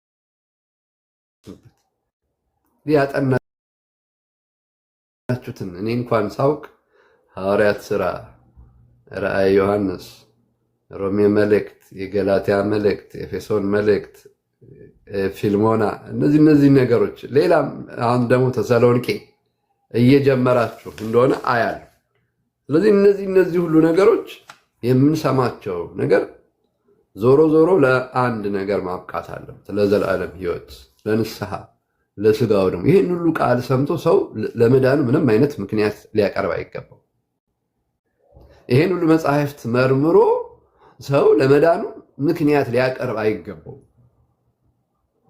አሁንም የእከሌ ነኝ ከሚል የቲፎዞ እንትን መውጣት መቻል አለበት። ቃለ እግዚአብሔር የሚረዳን እሱ እኔ የክርስቶስ ነኝ እንድንል ነው። እንግዲህ ብዙዎቻችሁ የክርስቶስ እስረኛ የሚል ቅጽል አላችሁ እና የክርስቶስ እስረኛ የሆነ ሰው የሰው ተከታይ አይደለም፣ የእንትና ተከታይ አይደለም፣ የአጵሎስ ወይ የኬፋ ወይ የምናምን አይደለም። አነ ዘክርስቶስ፣ እኔ የክርስቶስ ነው፣ እኔ የእግዚአብሔር ነው፣ እኔ የቤተ ክርስቲያን ነኝ ነው ልንል የሚገባው። ስለዚህ ልጆቻችን መጽሐፍት በብርቱ ትምህርቶችን ተግሳጾችን እንድንማር አደራ ይለናልና ጠቢቡ ሰለሞን ምን ይላል? ለጠቢብ ሰው ትምህርት ስጠው ጥበብን ያበዛል፣ ጽድቅንም አስተምረው እውቀትንም ያበዛል እያለ ይነግራል። ትንሽ እንዲህ አይነት ነገር ካገኛችሁ ከዚህ በኋላ ደግሞ በንባብ ማዳበር፣ በመጽሐፍት ማዳበር። ወንድማችን መጽሐፍትን ተምሮ ነው ለእናንተ እያስተማረ ያለው። እናንተ ደግሞ እሱ ያስተማራችሁን ይዛችሁ ደግሞ መጽሐፍትን መመርመር ያስፈልጋችኋልና ቃለ እግዚአብሔር አያልቅም፣ የክርስትና ትምህርት አያልቅም። ገና አልተማርኩም፣ ገና ብዙ ይቀረኛል እንድንል የሚያደርግ ነገር አለ። ምንድነው የሚለው የእግዚአብሔር ቃል? ላደርገው የሚገባኝን አድርጌያለሁ፣ ግን የማልጠቅም ባሪያ ነኝ በሉ ስለሚል እየተማርን ነገር ግን ገና ይቀረኛል። ልክ 40 ዓመት ደጁን ዘግቶ ይጸልይ የነበረው ሰው ሁሌ የሚጸልያት የነበረችው አንድ ጸሎቱ ጌታዊ ክርስትናን እንድጀምረው እርዳኝ የሚል። ስለዚህ የሁላችንም እውቀት የሁላችንም አካሄድ በኋላችን ያለውን እየረሳን በፊታችን ያለውን ለመያዝ እየተዘረጋን በኑሯችን ላይ አዲስ ነገር እየጨመርን በሰማነው ጤናማ ቃል እየተለወጥን እኔ ነገርኳችሁ ቃል ሕይወትም መንፈስም ነው የሚለው የእግዚአብሔር ቃልና ሕይወት የሆነው የእግዚአብሔር ቃል እንዲለውጠን ሕይወት የሆነው የእግዚአብሔር ቃል ለዘላለም ሕይወት ለድህነት እንዲያበቃን ራሳችንን ማዘጋጀት ይኖርብናል። ምናልባት መምህራኑ በደንብ ሰፋ አድርገው ያስተማሩን ነገር አለ። በመጨረሻ አደራ የምለው ቅዱስ ጳውሎስ ለገላትያ ምዕመናን ሲናገር ምናልባት በከንቱ ለእናንተ ደክም ያለው እና እፈራላችኋለሁ የሚል ቃል ገላትያ ምዕራፍ 4 ቁጥር 11 ላይ እናነባለን። ከህመም ጋር እየታገለ የሥራ ሰዓቱን ውድ የሆነ የሥራ ሰዓቱን ጊዜውን እየቆጠበ ያስተማረን ወንድማችን ላይ ከወንጌል መምህር ዘአማኑኤል በከንቱ እንዳልደከመ ማሳያዎቹ እናንተ ናችሁ። ምክንያቱም እንዳስተማራችሁ እንደተማራችሁት ጸንታችሁ ስትኖሩ መድኃኒት ነው ለእርሱ፣ ገንዘብ ነው ለእርሱ፣ ደሞዝ ነው ለእርሱ። ነገር ግን እንደሰማችሁት እንደተማራችሁት የማትኖሩ ከሆነ ግን ህመም ነው ለእርሱ። ባለው ነገር ላይ የበለጠ ጉድለት ነው ለእርሱ። ስለዚህ አደራ ሰማይ ሩቅ አደራ ጥብቅ ይላሉ አባቶቻችን። ድካማችሁ የእናንተም የመምህርም ከንቱ እንዳይሆን ለንስሐ ለቅዱስ ሥጋው ለክቡር ደሙ የሚበቃ ማንነት፣ አንደበቱ የታረመ አነጋገሩ የታረመ ቀልድንና ቁም ነገርን ለይቶ የሚያውቅ አንዳንድ ጊዜ እዚህ ፕላትፎርም ላይ ቅርታ አድርጉልኝና እየተለመደ የመጣ አንድ ነገር መራገምም መመረቅም ይቻላል፣ መሳደብም መባረክም ይቻላል፣ ግማሽ ቅዱስ ግማሽ ርኩስ ሆኖ መኖር ይቻላል የተባለ ይመስል የተደበላለቁ ነገሮችን እናያለን እና ይሄ በጣም ያስጨንቃል። ስለዚህ መምህራን ባይኖሩ እናንተ ብቻችሁን ብትሆኑ ክፉ ቃል ከአፋችሁ አይወጣ ስለሚል መጽሐፍ፣ በተለይ ቃለ እግዚአብሔር የተማረ ትውልድ ክፉ ቃል ወደ አፉ አያስገባም፣ ክፉ ቃል ከቤተ መቅደሱ አያስወጣም እና አደራ የምለው እርሱን ነው። እንግዲህ እስካሁን ለተማራችሁት ላወቃችሁት 25% እናመስግናችሁና 75ቱን ደግሞ በኑሮ በፍሬ በተግባር እንድታገኙት አደራ ማለት እፈልጋለሁ። እግዚአብሔር ይባርካችሁ። ጅማሬያችሁ ትንሽ እንደሆነ ፍጻሜያችሁን እንዲበዛ መልካም ፈቃዱ ይሁንልን። አምናችሁ እንዳትክዱ፣ ጀምራችሁ እንዳትተው፣ በመንፈስ ጀምራችሁ ስጋ እንዳትጨርሱ፣ ገብታችሁ እንዳትወጡ፣ ተሰብስባችሁ እንዳትበተኑ መድኃኔ ዓለም ኢየሱስ ክርስቶስ ይርዳችሁ። እግዚአብሔር ይባርካችሁ። እግዚአብሔር ይስጥልኝ። አሜን። ቀሲስዬ እጅግ አድርገን እንወዶታለን። ከዚህ በኋላ አንድ መርሃ ግብር ብቻ ነው የቀረን፣ እየጨረስን ነው። ያው ተማሪዎች ብዙ ተማሪዎች ፈልገዋል ገብተው የተማሩትን ማስመስከር። ያው በቤተክርስቲያናችን ስርዓት ሰው የተማረውን ማስመስከር አለበት። እኛ ዲያቆናት የተማርነውን እናስመሰክራለን እና እናስመስክር የሚል መልእክት እየመጣ ነው። ግን ሁሉንም መያዝ ስለማይችል ሁሉ ተማሪ እንትን ሰዓት አይበቃንም፣ ልናድር ነው ማለት ነው። ስለዚህ ሁላችሁንም ወክሎ ዲያቆን ስለሺ ከአብሮን ጀምሮ እስከ ፍጻሜ ነበረና መልእክተ ዮሐንስ ተማሪዎች ዲያቆን ስለሺ የተማረውን እሱ ያስመሰክራል አባቶች ፊት። አባቶች እሱ ከጨረሰ በኋላ እያንዳንዱን አንደኛ ዮሐንስ፣ ሁለተኛ ዮሐንስ፣ ሶስተኛ ዮሐንስ ከዛ በኋላ አባቶች ይባርኳቸዋል፣ ይመርቋቸዋል። ከዛ በጸሎት እንዘጋለን። መጨረሻ ዝማሬ አንድ ዝማሬ እህታችን ሀና አቅርባለን፣ በጸሎት እንዘጋለን ማለት ነው። እግዚአብሔር አምላክ ያክብርልን። ዲያቆን ስለሺ ወደ አንተ እመጣለሁ። ላይከ ወንጌል ከይቅርታ ጋር እኔን ያው ብታሰናብቱኝ አንድ ፕሮግራም አለ 3 ሰዓት ላይ ሰዓት ሞልቷልና። እሺ መምሪ፣ እሺ አባቴ ቡራኬ ሰጡኝና ሸኙኝ። ክቡር መጋቤ አእላፍ ቀሲስ ዳንኤል ወንድሙ ዘባህሪም ቅድስት ኪዳነ ምሕረት ከኛ ጋር ስለነበሩ አብረውን ስለቆዩ ስላስተማሩን ስለመከሩን ለልጆቻችን በጎ የሆነውን ነገር መንገድ ስላሳዩልን መጻሕፍትን መብላት መጻሕፍትን መማር መጻሕፍትን ማንበብ ምን ማለት እንደሆነ ስለነገሩን አስበ መምህራንን ያድልልን፣ ክህነት ይባርክልን፣ በክህነቱ ብዙ የሚያፈሩ ብዙ የሚወልዱ ብዙ የሚመሩ ያድርግልን። እግዚአብሔር ይስጥልን፣ ክብራት ይስጥልን። ሁላችሁንም አመሰግናለሁኝ። ዳግም እንድንገናኝ ይርዳን። አሜን። እግዚአብሔር አምላክ ያክብርልን። በክርስቶስ እስረኛ ተማሪዎች ስም እጅግ አድርገን እናመሰግናለን። እንወዶታለን መምህር። አሜን። እግዚአብሔር ያክብርልን። እሺ ዲያቆን ስለሺ እንግዲህ በቀሲስ ቴዎድሮስ ፊት ቀሲስ ቴዎድሮስ አሉ፣ መምህር ኤፍሬምም ስላሉ አስመስክርና መምህሩ አሉ። ዋናው መምህር ኤፍሬምም ስላሉ ማስመስከር ትችላለህ። እሺ በድጋሚ እድል ስለተሰጠኝ አመሰግናለሁ። እንግዲህ አማንዬ የግድ ያው አንተን ፍሬህን ማየት ስላለብህ እንጂ ሊቃውንት ፊት መናገር ትንሽ በጣም ከባድ ነውና ያው አብዛኞቹ ከአገልግሎታቸው ከድካማቸው ቀንሰው ስለሆነ ከኛ ጋር እያመሹ ያሉት ምናልባትም የነሱን ውድ ጊዜ ላለማጥፋት ያው እያንዳንዱን እንግዲህ ከባድ ነውና ይህንን ትምህርት ስንማር በብዙ መንገድ በቤተክርስቲያን ሊቃውንት በነ ቅዱስ ጎርጎሪዮስ በነ ቀሲስ ቴዎድሮስ ማላቲ በሌሎችም ትርጓሜ በጣም በስፋት ያየነው ነው የሚሆነውና በነጥብ እያነሱ ማስረዳት ትንሽ ይከብዳል። ምክንያቱም በጣም ብዙ ጊዜ ይወስዳልና አንዱ ጥቅሉን ሐሳብ በማስቀመጥ የእናንተንም ጊዜ ላለማጥፋት ጥረት አደርጋለሁ። ሌሎች ቢናገሩ በተለይ እህቶች ቢናገሩ ሞር በጣም የተሻለ ነበረ።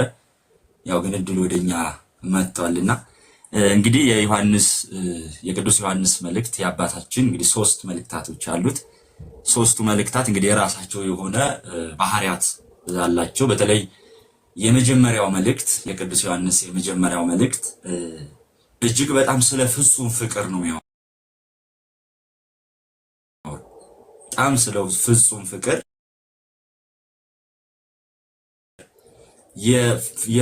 የፍቅር መቅጃ ወይ ደግሞ ፍቅርን የምንቀዳበት ጥሩ ምንጫችን ክርስቶስ አይተረጎምም በባህሪውና ነገር ግን በተለይ ቅዱስ ዮሐንስ የፍቅር ትክክለኛ ትርጉሙ ክርስቶስ ኢየሱስ ለሰው ልጆች ያደረገው ነገር እንደሆነ ፍቅር እንደዚህ ነው ወይም ደግሞ በተለይ በዮሐንስ ወንጌል በዛው ቅዱስ ዮሐንስ ጻፈው ተብሎ በጻፈው በዮሐንስ 15 ላይ ነፍሱን ስለ ወዳጆቹ ከመስጠት በቀር ከዚህ ሌላ ምን አይነት ፍቅር አለ ብሎ ቅዱስ ዮሐንስ የክርስቶስን ፍቅር ሲያነሳ ራሱን ነፍስን አሳልፎ እስከ መስጠት የደረሰ በቃል ብቻ ያለ በምናብ ብቻ ያለ ሳይሆን በእውነተኝነት ላይ የተመሰረተ ፍቅር እንደሆነ በደንብ ገልጾልናልና በተለይ በሁለተኛ ብዙ ጊዜ ቅዱስ ዮሐንስን የመጀመሪያውን መልእክት ሲያስተምረን አማንዬ ሪፈር የሚያደርገው የሚያጣቅሰው የመጽሐፍ ቅዱስ ክፍል አለ። እሱም የዮሐንስ ወንጌል ምዕራፍ 3 ቁጥር 16 ያለው እንግዲህ እግዚአብሔር አንድያ ልጁን እስኪሰጥ ድረስ ዓለሙን እንዲሁ ወዷልና። እንግዲህ በጣም የሚገርም ቃል አለ እዚህ ውስጥ ተወዳጆች። በተለይ ለወንጌሉ ማሳመሪያ ለቃላት ውበት የገባ ሳይሆን በጣም ሚዛን ያለው በጣም ከባድ የሆነ ቃል አለ። ለምሳሌ እግዚአብሔር ዓለምን እስኪሰጥ ድረስ ዓለሙን እንዲሁ ወዷልና። እንዲሁ አብዛኞቻችን እንወዳለን የምንል እናፈቅራለን የምንል ማንንም እንዲሁ አይወድም። በዚህ ዓለም ላይ ሁላችንም እከሌን እወዳለሁ ብንል ባል ሚስቱን ቢወድ ሚስት ባሏን ብንወድ ምናልባት እይታችን የመውደዳችን ትርጉም ይለያያል እንጂ ሁላችንም የሆነ ነገር ጠቅሰን የሆነ ነገር አንስተን ነው የምንወደውና ጌታችን ክርስቶስ ኢየሱስ ግን እንዲሁ ዓለምን ወዷል። አንዳች የሚወደድ ነገር ሳይኖረን በተለይ በሮሜ 5:10 ላይ ጠላቶቹ ሳለን እግዚአብሔር በልጁ ሞት ታረቀን ይላል። ጠላቶቹ ሳለን የሚጠቀስ ማንነት የሚጠቀስ ባህሪ ሳይኖረን እንዲሁ ክርስቶስ ኢየሱስ ወዶናል ካለ በኋላ ወንድሙን የሚወድ ሰው ፍቅርን በዚህ ተረጉሟል። ወንድሙን የሚወድ አንድ ሰው እንደው ተነስቶ እግዚአብሔርን እወዳለሁ ማለት አይችልም። ምክንያቱም የሚያየውን አጠገቡ ያለውን ወንድሙን ካልወደደ እግዚአብሔርን እወዳለሁ የሚል ሰው ሐሰት ነው። እንደውም ወንድሙን የማይወድ ሰው እስከ ዛሬ ድረስ በጨለማ ውስጥ ነው የሚኖሩ ብሎ ወንድምን አለመውደድ የጨለማ ጉዞ እንደሆነ ማንም ሰው ወንድሙን ጠልቶ አጠገቡ ያለውን ሰው ጠልቶ እግዚአብሔርን እወዳለሁ ቢል ትክክልም እንዳልሆነ ፍቅር በዚህም እንደማይተረጎም በተለይ ቅዱስ ዮሐንስ በተለይ 5ቱ ምዕራፍ ላይ አበክሮ የሚናገረው ስለ ፍቅር ነው። ክርስቶስ እንዴት አድርጎ እንደወደደን ከነገረን በኋላ እኛ ደግሞ በእንዲህ ባለ ፍቅር እርስ በርሳችን መዋደድ እንዳለብን፣ እርስ በርሳችን መፋቀሮች እንዳለብን፣ እርስ በርስ መዋደድ መፋቀር በወንድሞች መካከል ከሌለ ማንም ሰው ተነስቶ እግዚአብሔርን እወዳለሁ ቢል መውደዱ የሐሰት እንደሆነ የሐሰት ብቻ ሳይሆን ያ ሰው ምንም እንኳን በቀን ፀሐይ በምትወጣበት ቀን ውስጥ የሚመላለስ ቢሆንም ነገር ግን በህይወት ውስጥ በጨለማ ውስጥ እንዳለ የሚያሳይ በተለይ ፍቅር ምን እንደሆነ ፍቅር በምን እንደሚተረጎም ፍቅርን እንዴት መግለጽ እንዳለብን የተማርንበት የቅዱስ ዮሐንስ የመጀመሪያውን መልእክት በዚህ ማየት እንችላለን። በተለይ ቅዱስ ዮሐንስ አላነሳው ማላልፈው 2:1 ላይ ብዙ ጊዜ መከራውን የሚያይ አንድ የመጽሐፍ ቅዱስ ክፍል አለ። እንደው ባልሆነ ባልተገባ ነገር የሚተረጉም እሱ ምንድነው? ልጆቼ ሆይ ኃጢአትን እንዳታደርጉ ይህን ጽፍላችኋለሁ። ማንም ኃጢአትን ቢያደርግ ከአብ ዘንድ ጠበቃ አለ፣ እርሱም ጻድቅ የሆነ ኢየሱስ ክርስቶስ ነው ይላል። አሁን ይህንን ዝርዝር ሐሳቡን አንገባበትም፣ ግን አንዳንዶች ይሄ ጠበቃ አለን የሚለውን በቃ ኃጢአት ብታደርጉ ችግር የለውም ብሎ ኃጢአትን እስከማለማመድ የሚደርስ አይነት ትርጓሜ ይሰጣል። በተለይ በዚህ ዮሐንስ መንገድ በጣም የተረዳ ነው፣ በጣም የተማርንበት አንዱ ይሄ ነው እና ብዙ ቦታ ሲተረጎም እንሰማለን ሁላችንም። እና ኃጢአትን ብታደርጉ በቃ ጠበቃ ስላለን ኢየሱስ ክርስቶስ እኛ እኮ ምንም ብንሰራ አንጠየቅም፣ ምንም ብናደርግ አንጠየቅም በሚል ኃጢአትን የማለማመድ አይነት ትርጓሜ የሚሰጡ ተርጓሚዎች አሉ። ግን ልጆቼ ሆይ ኃጢአትን እንዳታደርጉ እንጽፍላችኋለሁ። ማንም ኃጢአትን ቢያደርግ ማስተሰሪያ የሚሆን ክርስቶስ ኢየሱስ አለን፣ ጰራቅሊጦስ መንፈስ ቅዱስ አለን። ለምን ኃጢአትን እንዳታደርጉ ነው። ኃጢአትን አድርጉ ችግር የለም ኢየሱስ ክርስቶስ ጠበቃልን የሚል አውዱም ትርጓሜውም ሐሳቡም አይደለም። ይመጻፍ ኃጢአትን እንዳታደርጉ እንጽፍላችኋለሁ። ደግሞ ኃጢአትን ቢያደርግ ማንም ኃጢአት አደረኩ ብሎ ተስፋ እንዳይቆርጥ ከእግዚአብሔር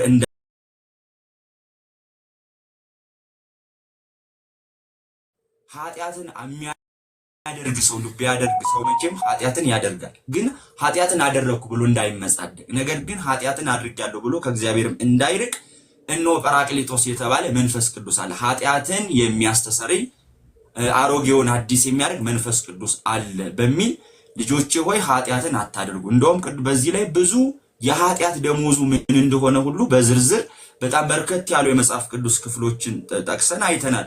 ለምሳሌ በተለይ ቆላስይስ 3:1 ገላትያ 5:4 እነዚህ ሁሉ የኃጢአት ደሞዝ ምን እንደሚሆን አይተናል።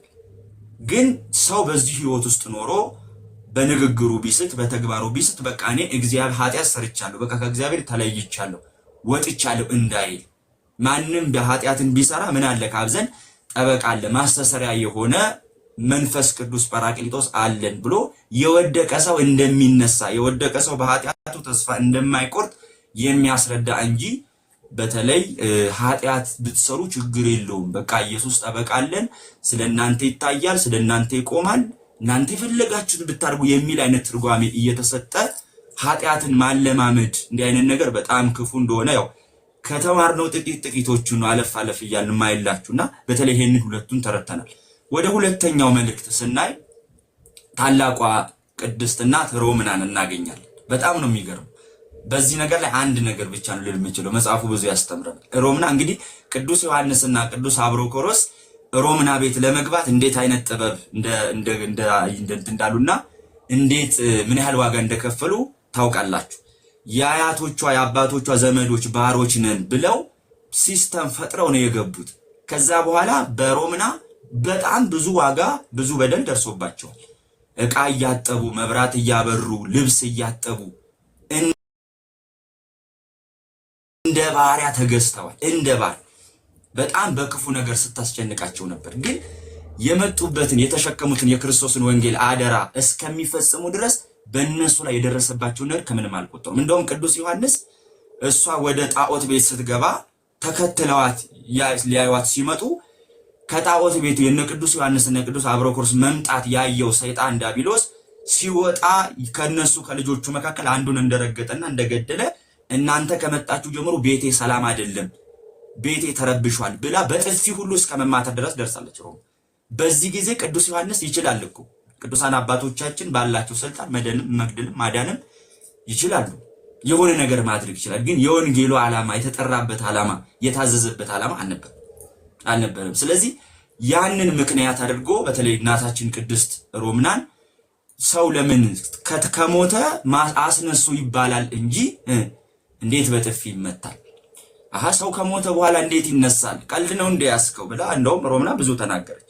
ቅዱስ ዮሐንስ ግን አደረገው። ባጭሩ ነው የምነግራችሁ። ቅዱስ ዮሐንስ አደረገው። ይሄም ምክንያት ሆነ። ሮምናን የመረጠበት ምክንያት ሮምና እንግዲህ የገዢዎችን የመኳንንቶችን ልጆች ቀለብ እየተቀበለ ታሳድግ ነበር። ብዙ የባለስልጣን ብዙ የገዢዎች ልጆች እሷ ጋር አሉ። ትውልድ ላይ ታዳጊ ላይ መስራት ወይ ደግሞ በዚህ መንገድ መሄድ ለወንጌል በጣም አትራፊ እንደሆነ ሁላችንም እናውቃለን።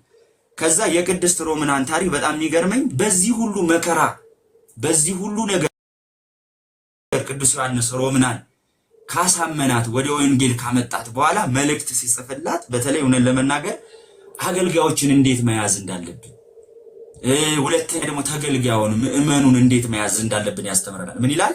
እመቤቴ ሆይ እያለ ያመሰግናታል። እመቤቴ ሆይ እርስ በርሳችን እንዋደድ ዘንድ እለምንሻለሁ። እመቤቴ ሆይ በጥፊ መመታቱን ሳያስታውስ እሷ ቤት የከፈለውን ሮምና ያደረገችውን ያሉ ሁሉ በደል ረስቶ እመቤቴ ሆይ እያለ እጅግ በጣም በጥንቃቄ እጅግ በጣም በፍቅር መልእክት ሲጽፍላት እናያለን። ይሄ በተለይ በዚህ ዘመን ላለን ወንጌል አገልጋዮች ነው በጣም ትልቅ ትምህርት ነው። ምክንያቱም እንደው አሁን እንደኔ አይነቱ አመፀኛ ለሮምና መልእክት ጻፍ ቢባል እንደው እመቤቴ ሆይ እንኳን ለማለት ድፍረቱ አይኖረኝም። ጥፌን ነው ማስታውሰው። እሷ ቤት እንደ ያን ሁሉ ልብስ ሳጥብ ያን ሁሉ እንጨት ስፈልጥ ያ ነው ትዝ የሚለኝ።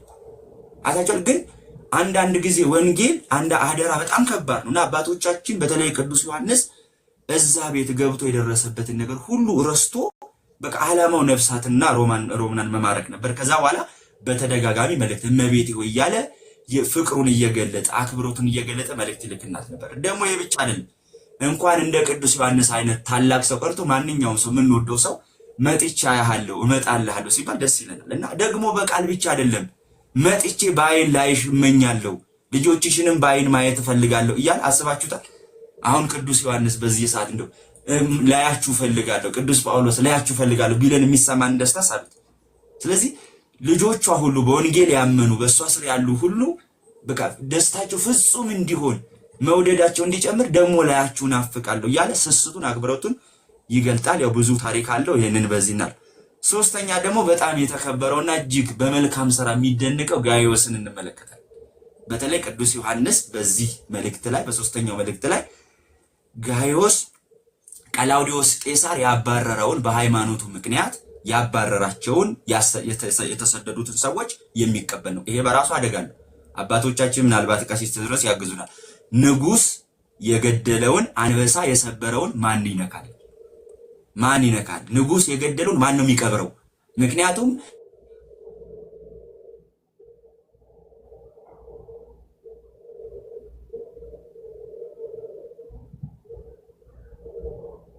አባረራ የሚመግብ የሚያሳድግ መልካም ነገር የሚያደርግ ጋይዮስ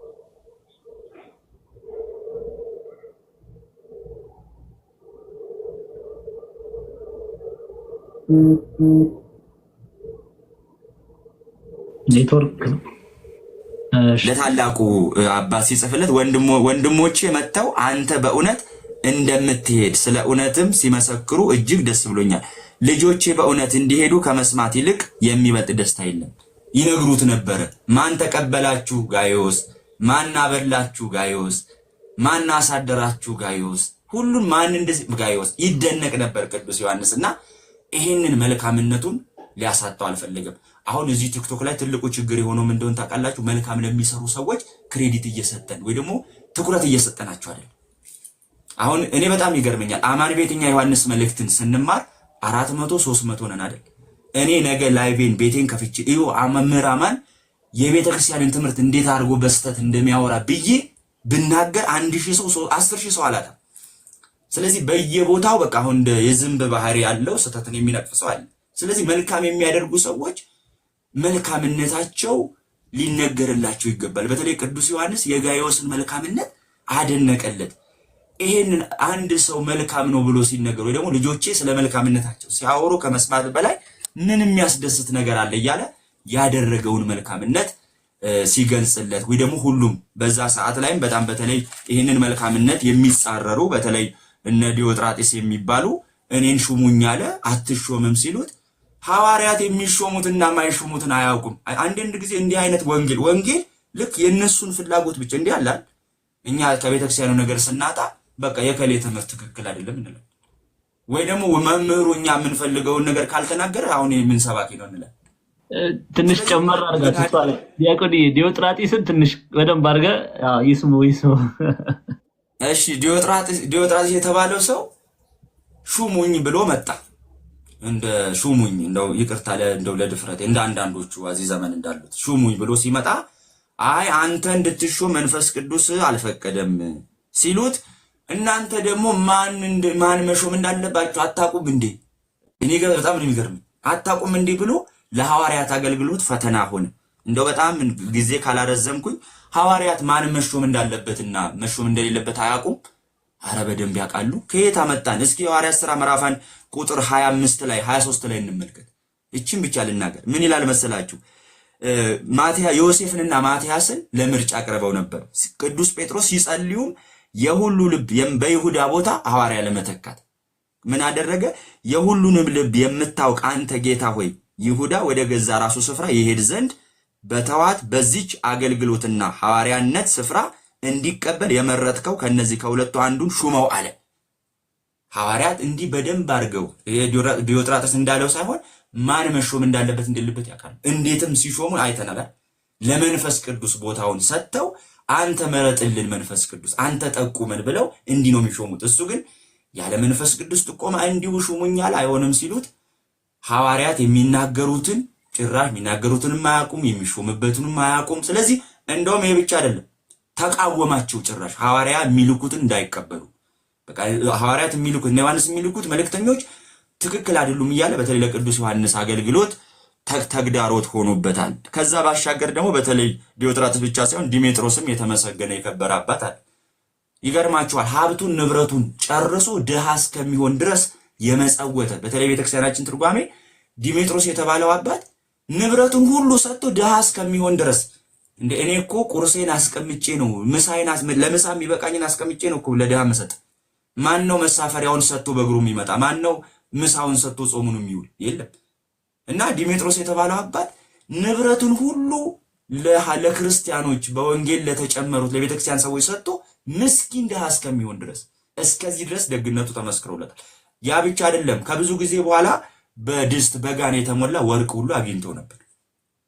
ይሄንንም አይ ከዚህ በፊት እኮ ለክርስቲያኖች ሰጥቼ ደህይቻለሁ አሁን ለራሴ ማወቅ አለብኝ ብሎ አልሰሰተም። እና ያንንም ጭምር ከክርስቲያኖች ጋር ተካፍሎ የበላ በጣም በደግነቱ የሚታወቅ ታላቅ አባት ነውና ያው ከብዙ አለፍ እያልን ነው። ስለዚህ በተለይ የመጀመሪያው መልእክት ስለ ፍቅር ስለ ፍጹም ፍቅር፣ ሁለተኛው ሮምናን እንዴት እንደማረኳት እንዴት እንደጠሯት እንዴት እንደያዟት እኛ ጋር ብዙ ጊዜ እናመጣለን እኮ ከተለያየ ከዓለም ጫጫታ ያለውን ሰው ወንጌል አስተምረን ወደ ቤተክርስቲያን እንጨምራለን።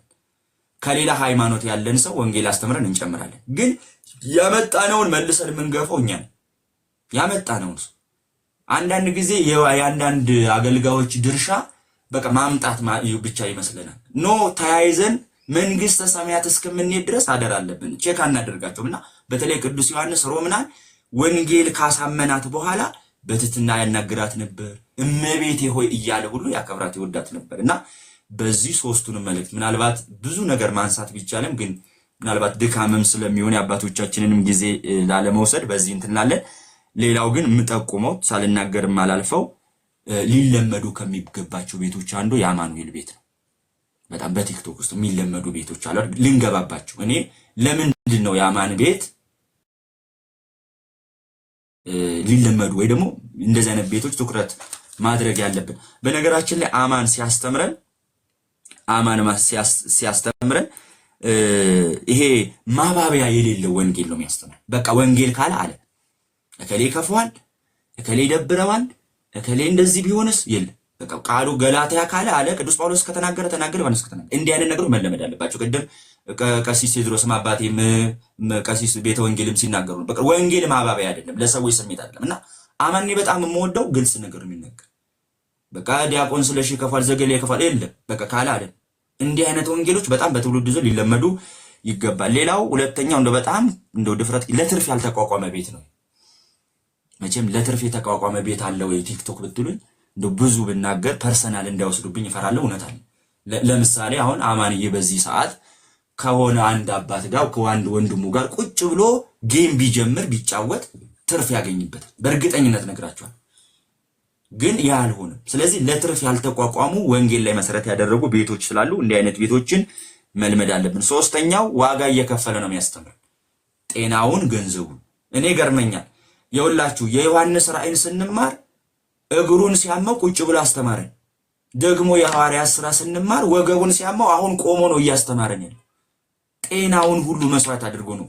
እንዲህ አይነት ለወንጌል ያለ መስዋዕትነት በጣም ይከብዳልና አድርጉ ስሩ ብቻ ሳይሆን በእውነትም እኔ በጣም ነው አንዳንድ ጊዜ እኛ በአካማኒ ይበቃል ስንል እንኳን ይቆይች ልጨርስ ቆይች እየቆመ እየተቀመጠ እየተነሳ ብቻ ልነግራ ሁሉንም እናንተ ስለምታውቁት በተለይ ተማሪዎች ሁላችሁም ነገስት ቴድሮስ ልትረዱ ትችላላችሁና በጣም ይሄን ነገር በይበልጥ እኔ በጣም ነው እግዚአብሔር በእውነት ብድር የሚከፍል እሱ ነውና በመላው ተማሪዎች ስም ለወንጌል የምትከፍለውን ቀናይነት አይቶ እግዚአብሔር አምላክ እድሜ ይጨምርልህ። አንተ በመኖረኛ ብዙ አትርፈናልና ይሄንን ለማለት ወዳለው። ሌላውም በመጨረሻ እዚህ ቤት ውስጥ አንድ በጣም የምትመሰገነው ሁላችንንም ለማመስገን ስለማይችል ጊፍት ከመጀመሪያ የዮሐንስ ወንጌል ከመጀመሩ ጀምሮ ይኸው ዛሬም አለች ጊፍት በመስጠት ተማሪዎችን በማበረታታት ቤቱን በመደገፍ የምታገለግላለች። ስሟን እንኳን እና ታቋታላችሁ በግልጽ ለመጥራት ይከብደኛልና እሷን እንድታመሰግኑልኝ እላለሁ። በጣም ሰዓታችሁን ወሰድኩኝ። ያው የብዙ ተማሪዎች አደራ ስላለብኝ ነው። እንግዲህ ያራኩትን አቅርባችሁ ያረቀቁትን አጉልታችሁ አቀንታችሁ እንድትሰሙኝ እንደዛ እንድታደርጉ ለማሳሰብ ወዳለሁ። እንግዲህ ሊቃውንት ፊት መናገር በጣም ከባድ ነው። እግዚአብሔር ይስጥልኝ። አመሰግናለሁ። አሜን። እግዚአብሔር ይባርክ ዲያቆንዬ። ምናልባት አንተ የተናገርከው ነጥብ ላይ አንድ ሁለት ነጥብ ላንሳ። ያው ሁላችሁም ተማሪዎች ታውቃላችሁ፣ ያው እና አባቶች እንዲያውቁ ስለምፈልግ ነው። የትምህርቱን ስንማር እንደ ምንጭነት የምንጠቀማቸው በጣም በጥንቃቄ ቀሲስም በዚህ ባሉበት እንዲያውቁ ስለምፈልግ ነው። ኦርቶዶክሳዊ አባቶች ላይ ነው ማተኩረው። ኦኬ ተማሪዎች ታውቃላችሁ በደንብ አንድምታ ትርጓሜውን እያነበባችሁ አብረን ነው የምናነበው አይደለ? እያሳየው አንድምታ ትርጓሜ ቤተክርስቲያናችን አንድምታ ትርጓሜ ግብፃውያን መተርጉማን እነ ቄስ ቴድሮስ ማላቲ በፓትሪስቲክ ኮሜንታሪ ላይ ያቀረቡትን ከዛ አልፎ ለምሳሌ በመልእክተ ዮሐንስ ላይ ስናጠና እንደ መምህር መራዊ በጻ የብሉይና የሐዲስ ኪዳን መጽሐፍት መግቢያ ይዘት ያዘጋጁት መምህራን ሁላችሁም የምታውቋቸው እነ መምህር ቸርነት አበበ በተለይ በመጽሐፍ ቅዱስ መሰረታዊ የመጽሐፍ ቅዱስ አጠናን ዘዴ የሚል መጽሐፍ አላቸው። ግሩም የሆነ መጽሐፍ በመምህር አዘጋጅ ጥበብ ሲሎንዲስ በመልእክተ ዮሐንስ ዙሪያ ኦርቶዶክሳዊ ትርጉም ያዘጋጁ መምህራኖች ናቸው። ከሁሉም በላይ ደግሞ ምስራቃውያን አባቶች ላይ ወደ ምዕራብ እንኳን አንሄድም። ምን ያህል እንደምንጠነቀቅ አባቴ ቀሲስ እንዲያውቁ ስለምፈልግ ነው። ምስራቃውያን አባቶች ላይ ቤተክርስቲያን ቅዱስ ብላ የምትጠራቸው ላይ ነው ፎከስ አድርገን ራሱ ምንማረውና ከሁሉም በላይ ምንጫችን የቤተክርስቲያናችን አንድምታ ትርጓሜ ነው። በዚህ አጋጣሚ አባቶችም ስላሉ ይሄንን ላንሳ ብዬ ነው። ዲያቆንዬ እግዚአብሔር አምላክ ይባርክ። ቀሲስዬ እንግዲህ እርሶ መጨረሻውን ባርከውን መርቀውን እርሶ ማረፍም ስላለቦት እርሶና መምህር ኤፍሬም ያርፋሉ። አንድ ዝማሬ መምህራን ከሄዱ በኋላ እኛ አንድ ዝማሬ ሀንዬ ታቀርብልናለች። እሺ መምህር ቀሲስዬ ይቀጥሉ።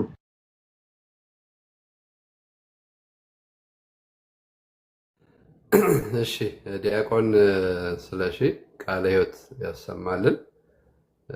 በዚህ ደረጃ መልእክታቱን መረዳት መቻል በጣም ያው የአማን ብሉፕሪንት እንደሆንክ ነው የሚሰማኝና በጣም ደስ የሚል ማብራሪያ ነው የሰጠህን። እግዚአብሔር ይስጥልን። እንግዲህ የአማንን ወንበር ከሚረከቡት ሰዎች መካከል አንዱ ትሆናለህ ተብሎ ይታሰባል። ፍጻሜን ያሳምርልህ፣ በጸጋ ላይ ያበርታህ መድኃኒዓለም። ልጆቻችን እንግዲህ የተባለው ሁሉ ለእኛ ነው የተነገረው።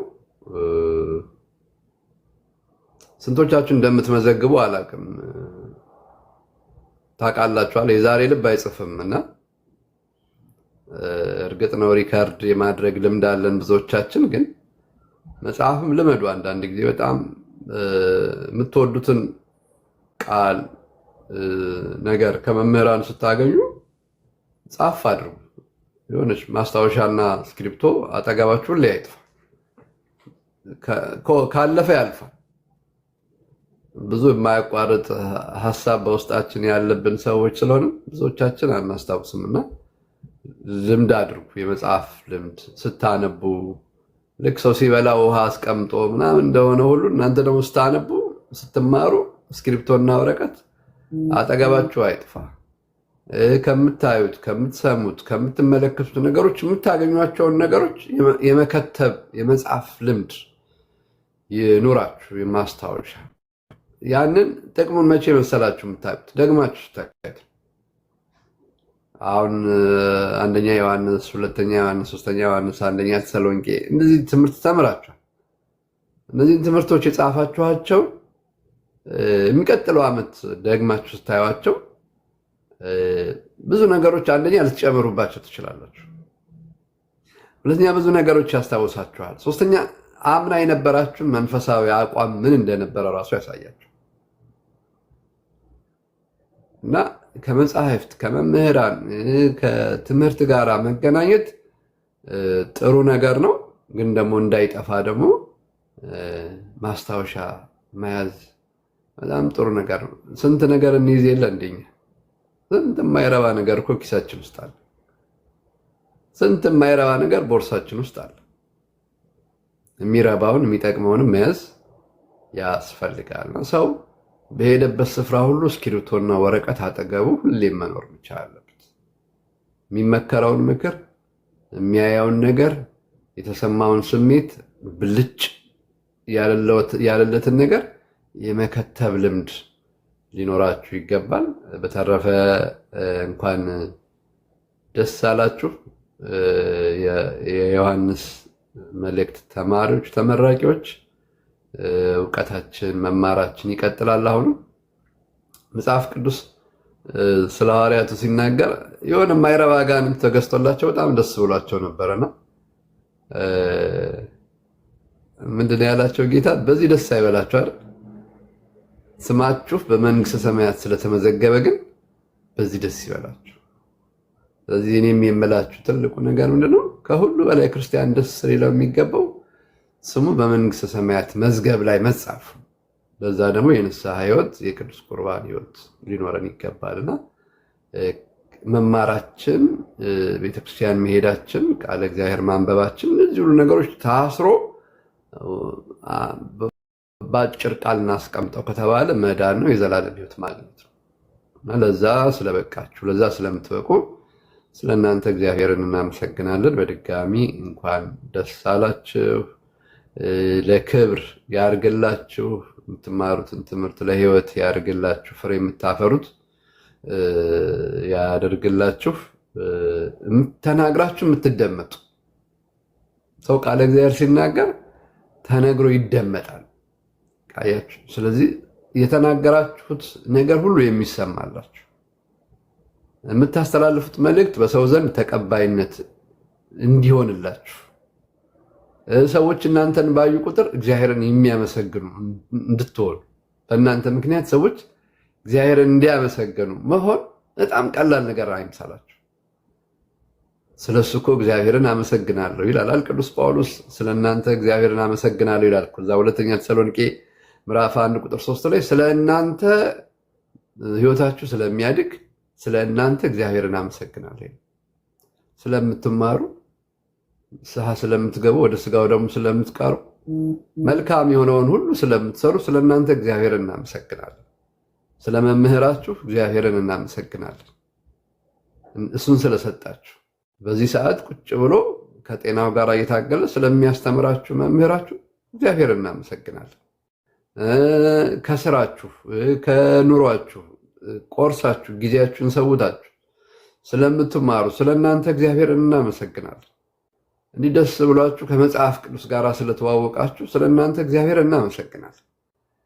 መጽሐፍ ቅዱስ ገልጦ ማንበብ መቻል በጣም መታደል ነው፣ ብዙ ሰው ስለሚያቅት።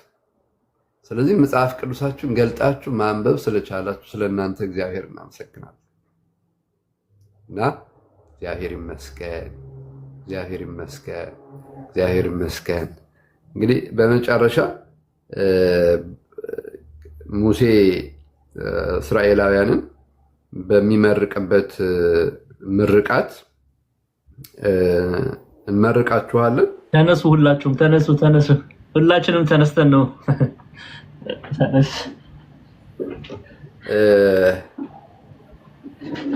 ምን ይላል? ስትባርኳቸውና ስትመርቋቸው እንዲህ በሏቸው ብሎ ይናገራል ሙሴ፣ ወይም እግዚአብሔር ነው የነገረው ለሙሴ። ኦሪት ዘኍልቍ ምዕራፍ 6 ቁጥር 24 ላይ እግዚአብሔር ይባርክህ ይጠብቅህ፣ እግዚአብሔር ፊቱን ያብራልህ ይራራልህም፣ እግዚአብሔር ፊቱን ወደ አንተ ያንሳ ሰላምንም ይስጥህ፣ እንዲሁ ስሜን በእስራኤል ልጆች ላይ ያደርጋሉ እኔም እባርካችኋለሁ ይላል። እግዚአብሔር ይባርካችሁ። የተመረቃችሁትን ምርቃት ለሕይወት ያደርግልን። በረከት በቤታችሁ ይግባ። በኑሯችሁ በሕይወታችሁ ደስተኛ ሆናችሁ ኑሩ። የሰማችሁትን ጤናማ ቃል የምትኖሩበት የምትጠቀሙበት ያደርግልን። ከእናንተ አልፎ ደግሞ ለሌሎች የምታሰሙ ሌሎችን ወደ ሕይወት የምታመጡ የሌሎችን ስብራት የምትጠግኑ የሌሎችን ቁስል የምትፈውሱ የወደቁ ሌሎችን እህት ወንድሞቻችሁን የምታመጡ የባዘኑትን የምትመልሱ ያደርግልን። እግዚአብሔር አምላክ ምን እላለሁ?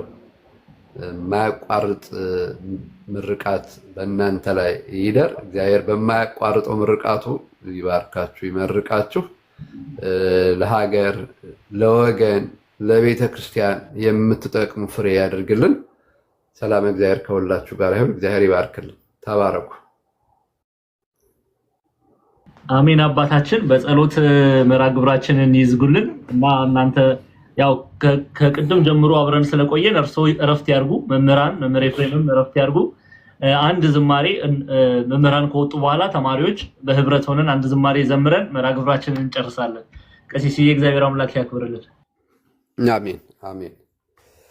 በስመ አብ ወወልድ ወመንፈስ ቅዱስ አሃዱ አምላክ። አቤቱ አምላካችን እግዚአብሔር ሆይ ሰዓተ ማልቱን ባርከህ ቀድሰህ በሰላም በጤና በሕይወት ጠብቀህ ስላገናኘን እናመሰግናለን። ልጆቻችንን ባርክልን፣ ቀድስልን። የተማሩትን የሰሙትን ጤናማ ቃል 30፣ 60፣ 100 ያማረ ፍሬ እንዲያፈሩ አድርግልን።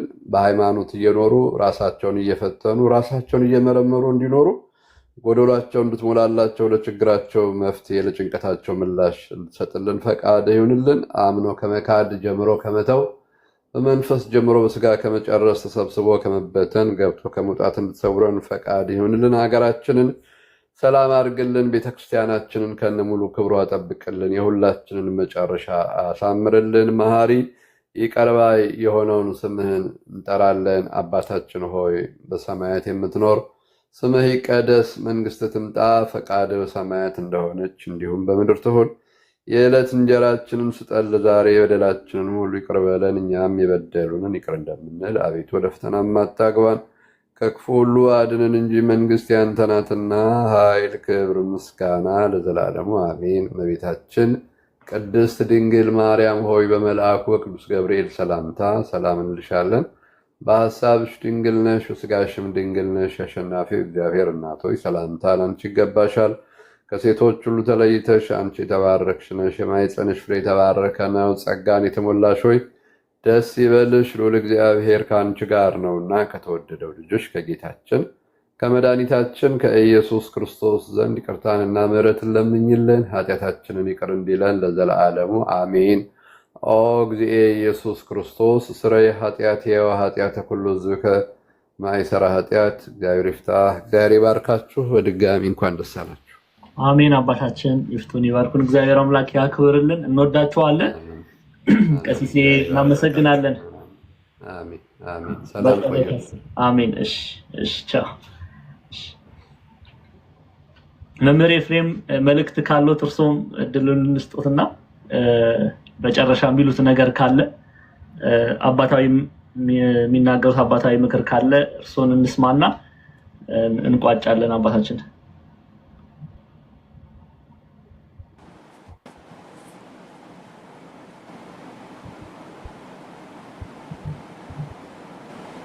እሺ አይ ቲንክ መምህር ኤፍሬም ጋር ትንሽ ኔትወርክ ችግር ነው።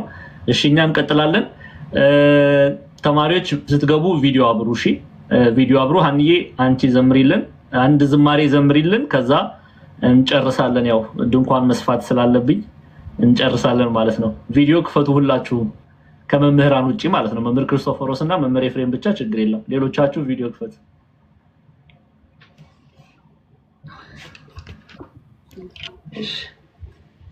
ወላሂ በስብሐት አምላክ አሜን። በስላሴ ኃይልና ስልጣን አምኜ እመቤቴ ቅድስት ድንግል ማርያም አንደበት ያረኪ እጀምራለሁ። የተወደዳችሁ የክርስቶስ ቤተሰቦች፣ የቅድስት ድንግል ማርያም ወዳጆች እንዴት ለዚህ ሰዓት ደረሳችሁ? እንኳን ደስ አለን፣ እንኳን ደስ አላችሁ ሁላችሁንም። ስለማይነገር ስጦታ ሁሉ መድኃኒዓለም ክርስቶስ ስሙ የተመሰገነ ይሁን።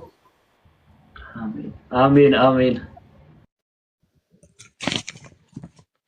ያላንተ ጌታ ደስታ መች አለ? ያላንተ አምላኬ ሕይወት መች አለ? ስምህን ጠርቶ የተማጸነ ከእሳትም ወጣ ከሞትም ዳነ። ያላንተ ጌታ ደስታ መች አለ? ያላንተ አምላኬ ሕይወት መች አለ? ስምህን ጠርቶ የተማጸነ ከእሳትም ወጣ ከሞትም ዳነ። እጆቼን ይዘህ አንተ የመራ ስንቱን አለፍኩ ስንቱን መከራ። ለካስ ያልፍ ቀን ሁሉም ይረሳል፣ ረሃብ ስደቱን ማን ያስታውሳል? ያላንተ ጌታ ደስታ መች አለ? ያላንተ አምላኬ ሕይወት መች አለ? ስምህን ጠርቶ የተማጸነ ከእሳትም ወጣ ከሞትም ዳነ። ጽዋዬ ሞልቶ ተትረፈረፈ፣ የጠላቴ ጦር በላይ ያለፈ። በሺህ ቃላቶች አፌን ሞልቼ ልዘምርልህ ያገብቼ። ያላንተ ጌታ ደስታ መች አለ? ያላንተ አምላኬ ሕይወት መች አለ? ስምህን ጠርቶ የተማጸነ ከእሳትም ወጣ ከሞትም ዳነ።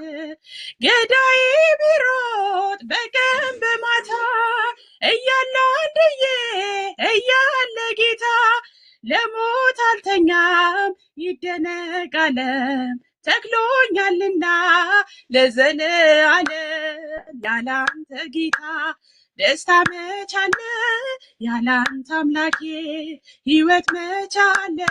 ስምህን ጠርቶ የተማጸነ ከእሳትም ወጣ ከሞትም ዳነ። ምስጋና ሆኖ ምግቤ መጠጤ ተቀጣጠለ ፍቅር በውስጤ። አላቀረቅር አልደፋ አንገቴን ሞላዋለው በእልልታ ቤቴ። ያላንተ ጌታ መች አለ? ያላንተ አምላኬ ሕይወት መች አለ? ስምህን ጠርቶ የተማጸነ ከእሳትም ወጣ ከሞትም ዳነ። ምስጋና ሆኖ ምግቤ መጠጤ ተቀጣጠለ ፍቅር በውስጤ። አላቀረቅር አልደፋ አንገቴን እሞላዋለው በእልልታ ቤቴ። ያላንተ ጌታ ደስታ መች አለ? ያላንተ አምላኬ ሕይወት መች አለ? ስምህን ጠርቶ የተማጸነ ከእሳትም ወጣ ከሞትም ዳነ። ያላንተ ጌታ ደስታ መች አለ? ያላንተ አምላኬ ሕይወት መች አለ? ስምህን ጠርቶ የተማጸነ ከእሳትም ወጣ ከሞትም ዳነ። ዘበሰማያት አቡነ ዘበሰማያት ዘበሰማያት አቡነ ዘበሰማያት በአማኑ ቤት በዚህ ቤት በዚህ ቤት መድኃኒዓለም ያውርድ በረከት በዚህ ቤት በመምህር ቤት በዚህ ቤት ድንግል ማርያም ታውርድ በረከት ዘበሰማያት አቡነ ዘበሰማያት አቡነ ዘበሰማያት በአማኑ ቤት በዚህ ቤት በመምህር ቤት በዚህ ቤት ድንግል ማርያም ታውርድ በረከት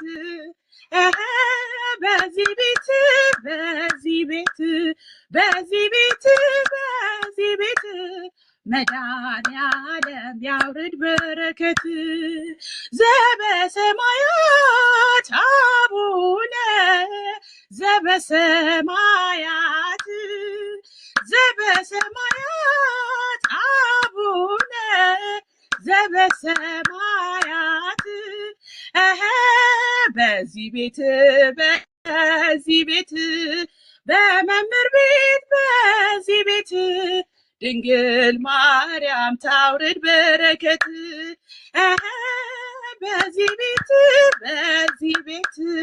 በዚህ ቤት መድኃኒዓለም ያውርድ በረከት እንደ ዛሬ ለነገው ያድርሰን አሜን።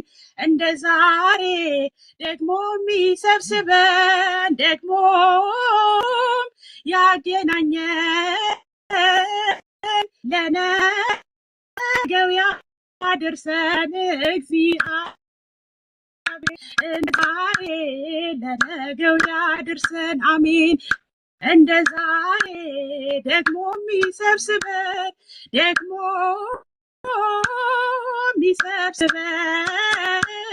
ለነገው ያድርሰን እግዚአብሔር ደግሞ ያገናኘን ለነገው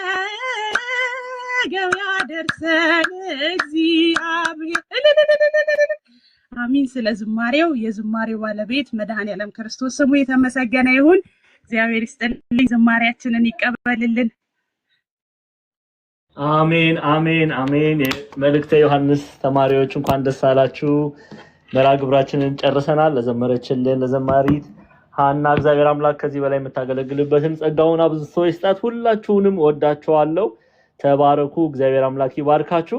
ያው ድንኳን መስፋት ስላለብኝ ነው ታውቃላችሁ። ወደ ስራም መሄድ ስላለብኝ ሌሎች ጉዳዮችም ስላሉኝ እዚህ ላይ እንጨርሳለን። ነገ እንግዲህ ተሰሎንቄ እየተማርን ነው። የሚቀጥለው ሳምንት ማክሰኞ እንዳትቀሩ። ማክሰኞና ሐሙስ ተሰሎንቄ እየተማሩ ያሉ ተማሪዎች ይቀጥላሉ። ማስታወቂያ በቅርቡ ለቃለሁ። ቀጣይ የምንማረው የራዕየ ዮሐንስንና ቆሮንቶስን ነው የሚሆነው። ስለዚህ ተዘጋጁ፣ ራሳችሁን አዘጋጁ። ተሰሎንቄን እንደጨረስን ሐዋርያዊ ተልእኮ አድርገን ከዛ በኋላ ቀጥታ ወደ ቆሮንቶስና ወደ ራዕየ ዮሐንስ እንሄዳለን። በርቱ። እግዚአብሔር አምላክ ከእናንተ ጋር ይሁን። መምህር ክርስቶፎሮስ አጭር መልእክት አሉት። አንድ ቁጥር ሲጽፉ ስላየው ነው ኔትወርክ ከሰራሉት። እንዴት አይኖረኝም? አዎ ረሱኝ። በሉ ለተማሪዎች መልእክት ያስተላልፉ መምህርዬ። እሺ ሰላም ብያለሁ ሁላችሁንም። ዲያቆን ዛማኑኤል ላይ ከወንጌል ሮምና እህታችን ሀና አበበች ሰኑ ጥበብ እንግዲህ ቅድም የነበሩ አባቶች መምህራን ሰላም ብያለሁ። ከስርም ያላችሁት ወንድሞቻችን በቅድሚያ እንኳን አደረሳችሁ ለዚህ ቀን፣ እንኳን ደስ አላችሁ፣ እንኳን አደረሳችሁ ብያለሁ። ያው አንዳንድ ወንድም እህቶች ከስር ዝም ማለቴን ተመልክታችሁ እንዴ ለምንድን ነው ዝም ያልከው የሚል ኮሜንት ስትጽፉ ነበርና አኩርፌም የመሰላቸው ነበሩ ወይም ሌላ እንደዛ ሳይሆን ያው ኔትወርክ አክፎብኝ ስለነበረ ወይም ብዙ ጊዜ እንደዛ አስቸገራለሁና ከዛ የተነሳ ነው። ቀደም የወረድኩት በኔትወርክ ምክንያት ነው። በኋላ ግን መምህራንና አባቶች መተው ሳይ ያው ከስር መሆኑ የተሻለ ነው በሚል ነው እናንተን ላለመረበሽ እና እጅግ በጣም ደስ ብሎኛል። ያው በዚህ ዙር እንኳን እኔም ተመራቂ ነኝ። ያረፈርኩና እየፎረፍኩ አንዳንዴ ባስቸግርም ተመራቂ ነኝ። እኔም እና አብረን የተመረቅነው እግዚአብሔር ይመስገን ስለሁሉም። በጣም እጅግ የምወደውት ታላቅ ወንድሜ ዲያቆን ዛማኑኤል ከዚህ በላይ እግዚአብሔር አምላክ ያበርታዎት። በጣም ትጉ ታታሪ ወንድሜ ነዎት እና እህት ወንድሞቻችን ያው ምናልባት ቅድም በደንብ በነገራችን ላይ ከመጀመሪያው ጀምሮ እነ ቀሲስ ቤተ ወንጌል እነ ቀሲስ ቴዎድሮስ ቀሲስ ጥበቡ የመምህር ኤፍሬም ነው የተቋረጠብኝ አልሰማኋቸው እና በአጠቃላይም ደግሞ መጨረሻም አካባቢ ዲያቆን ስለሽ በጣም የሚገራርም መልእክት ነው የተላለፈልን በእነሱ በኩል እግዚአብሔር አስተምሮናልና ብዙ ነገር ስላሉን አሁን ጠቅሼ ምን ብዬ እዛ ውስጥ አልገባም። ግን ማስተላለፍ የምፈልገው መልእክት ምንድነው ቀጣይ ትምህርቶች ያው እንደምታውቁት ይቀጥላሉና እዛ ላይ በተቻለ መጠን ቅስቀሳዎች በደንብ አካሄዱ በጣም ብርቱ የሆናችሁ በተለይ እህቶች አካባቢ ወንድሞችም አላችሁ ብዙ የምትሰሩትን ስራ እናያለንና ጠንክሩ፣ በርቱ፣ ቀስቅሱ። ከዚህ ውጭ ግን ለምንድነው ቻሌንጅ የማትጀምሩት? ለየት ያለ ቻሌንጅ 224 ፎሎወር ነው ያላቸው 24000 ኬ ማለት ወይም 224 ኬ ማለት ነው ወይም 224000 ዲያቆን ዛማኑኤል እና ለምንድነው ማለት እኔ የቅድሚያ 500,000 አርጉትና ከዛ ግን ወደ ሚሊየን መገፋት የለበትም ወይ ቻሌንጁ 500,000 ቢሆን አርጋችሁት ከዛ ደግሞ እስከ 1 ሚሊዮን ድረስ ቢሄድ አሪፍ ነው ብዬ አስባለሁ። ቢቻል በዚህ አመት እንደው በጣም ዘገየ ከተባለ 3 ወራትን 4 ወራትን ወስደን እኔ በደንብ መሙላት ያለበት ነገር ነው። በዛውም ማስተዋወቅ ይሆናል ቤቱንና እንደዚህ ቃል እግዚአብሔር የሚመሰጠርበት ቃል እግዚአብሔር የሚበላ የሚጠጣበት ቤት 224,000 አግባብ አይደለም ለመናገር በጣም 2 ሚሊዮን 3 ሚሊዮን የገቡ በጣም እንቶፈንቶ የሚወራባቸው ቤቶች አሉ እና ሌላ ጊዜ በስፋት እንነጋገር ይሆናል ወይ በዚህ ዙሪያም እውነት ለመናገር ኔትወርኩም ጥሩ ይሆንልኝ ሰፋ ያለ ነገርም እንደው ከአባቶች ከመምራን ተሻለ ነገር ማስተላለፍ ባልችልም የሆነ እናገራለሁ ብያስብ የነበርና ትንሽ ስላስቸገረኝ ነው ዝም ያልኩት እና እሱን ነገር በርቱበት አይ ቲንክ ጀምረናል የሚል ነገር ኮሜንት አየው መሰለና በጣም ቆንጆ ነው። አስፋፉት በደንብ ያልሰሙ ወንድሞቻችን ይምጡ ፎሎወሩን በዛው ከፍ ይበል ላለሁኝ ምክንያቱም በቃ ቃል እግዚአብሔርን ስለሆነ የምንበላበት የምንጠጣበት እዚህ ቤት በተቻለ መጠን እናንተ በዚህ አግዙ እና ይሄንን ነው ማለት የምፈልገው። በተረፈ ግን እንግዲህ ሁላችንም እንበርታን ጠንክር እንዋደድ። ያው ቅዱስ ዮሐንስ ስለ ፍቅር ቀደም ሲጠቀስልን ነበር ስለ ፍቅር ሲያስተምር ፍቅርን ኖሮት ነው እሱና ስበሳችን እንዋደድ ቂም እንዳንያያዝ በሆነ ባልሆነው እንዳናኮርፍ ያው ሰዎች ነንና አንዳንድ ስሜት ሊኖርን ይችላል በሆነ ባልሆነው ትንሽ ልናስቸግር እንችላለን ግን ሁልጊዜም ይሄን እንዳንረሳ አሁን ምን የተማርነውን ትምህርት ምን ኖረውም ነው እሺ ልንኖረውም የተባረው ቅድም ነቀስ ሲያነስት ነበርና ቅዱስ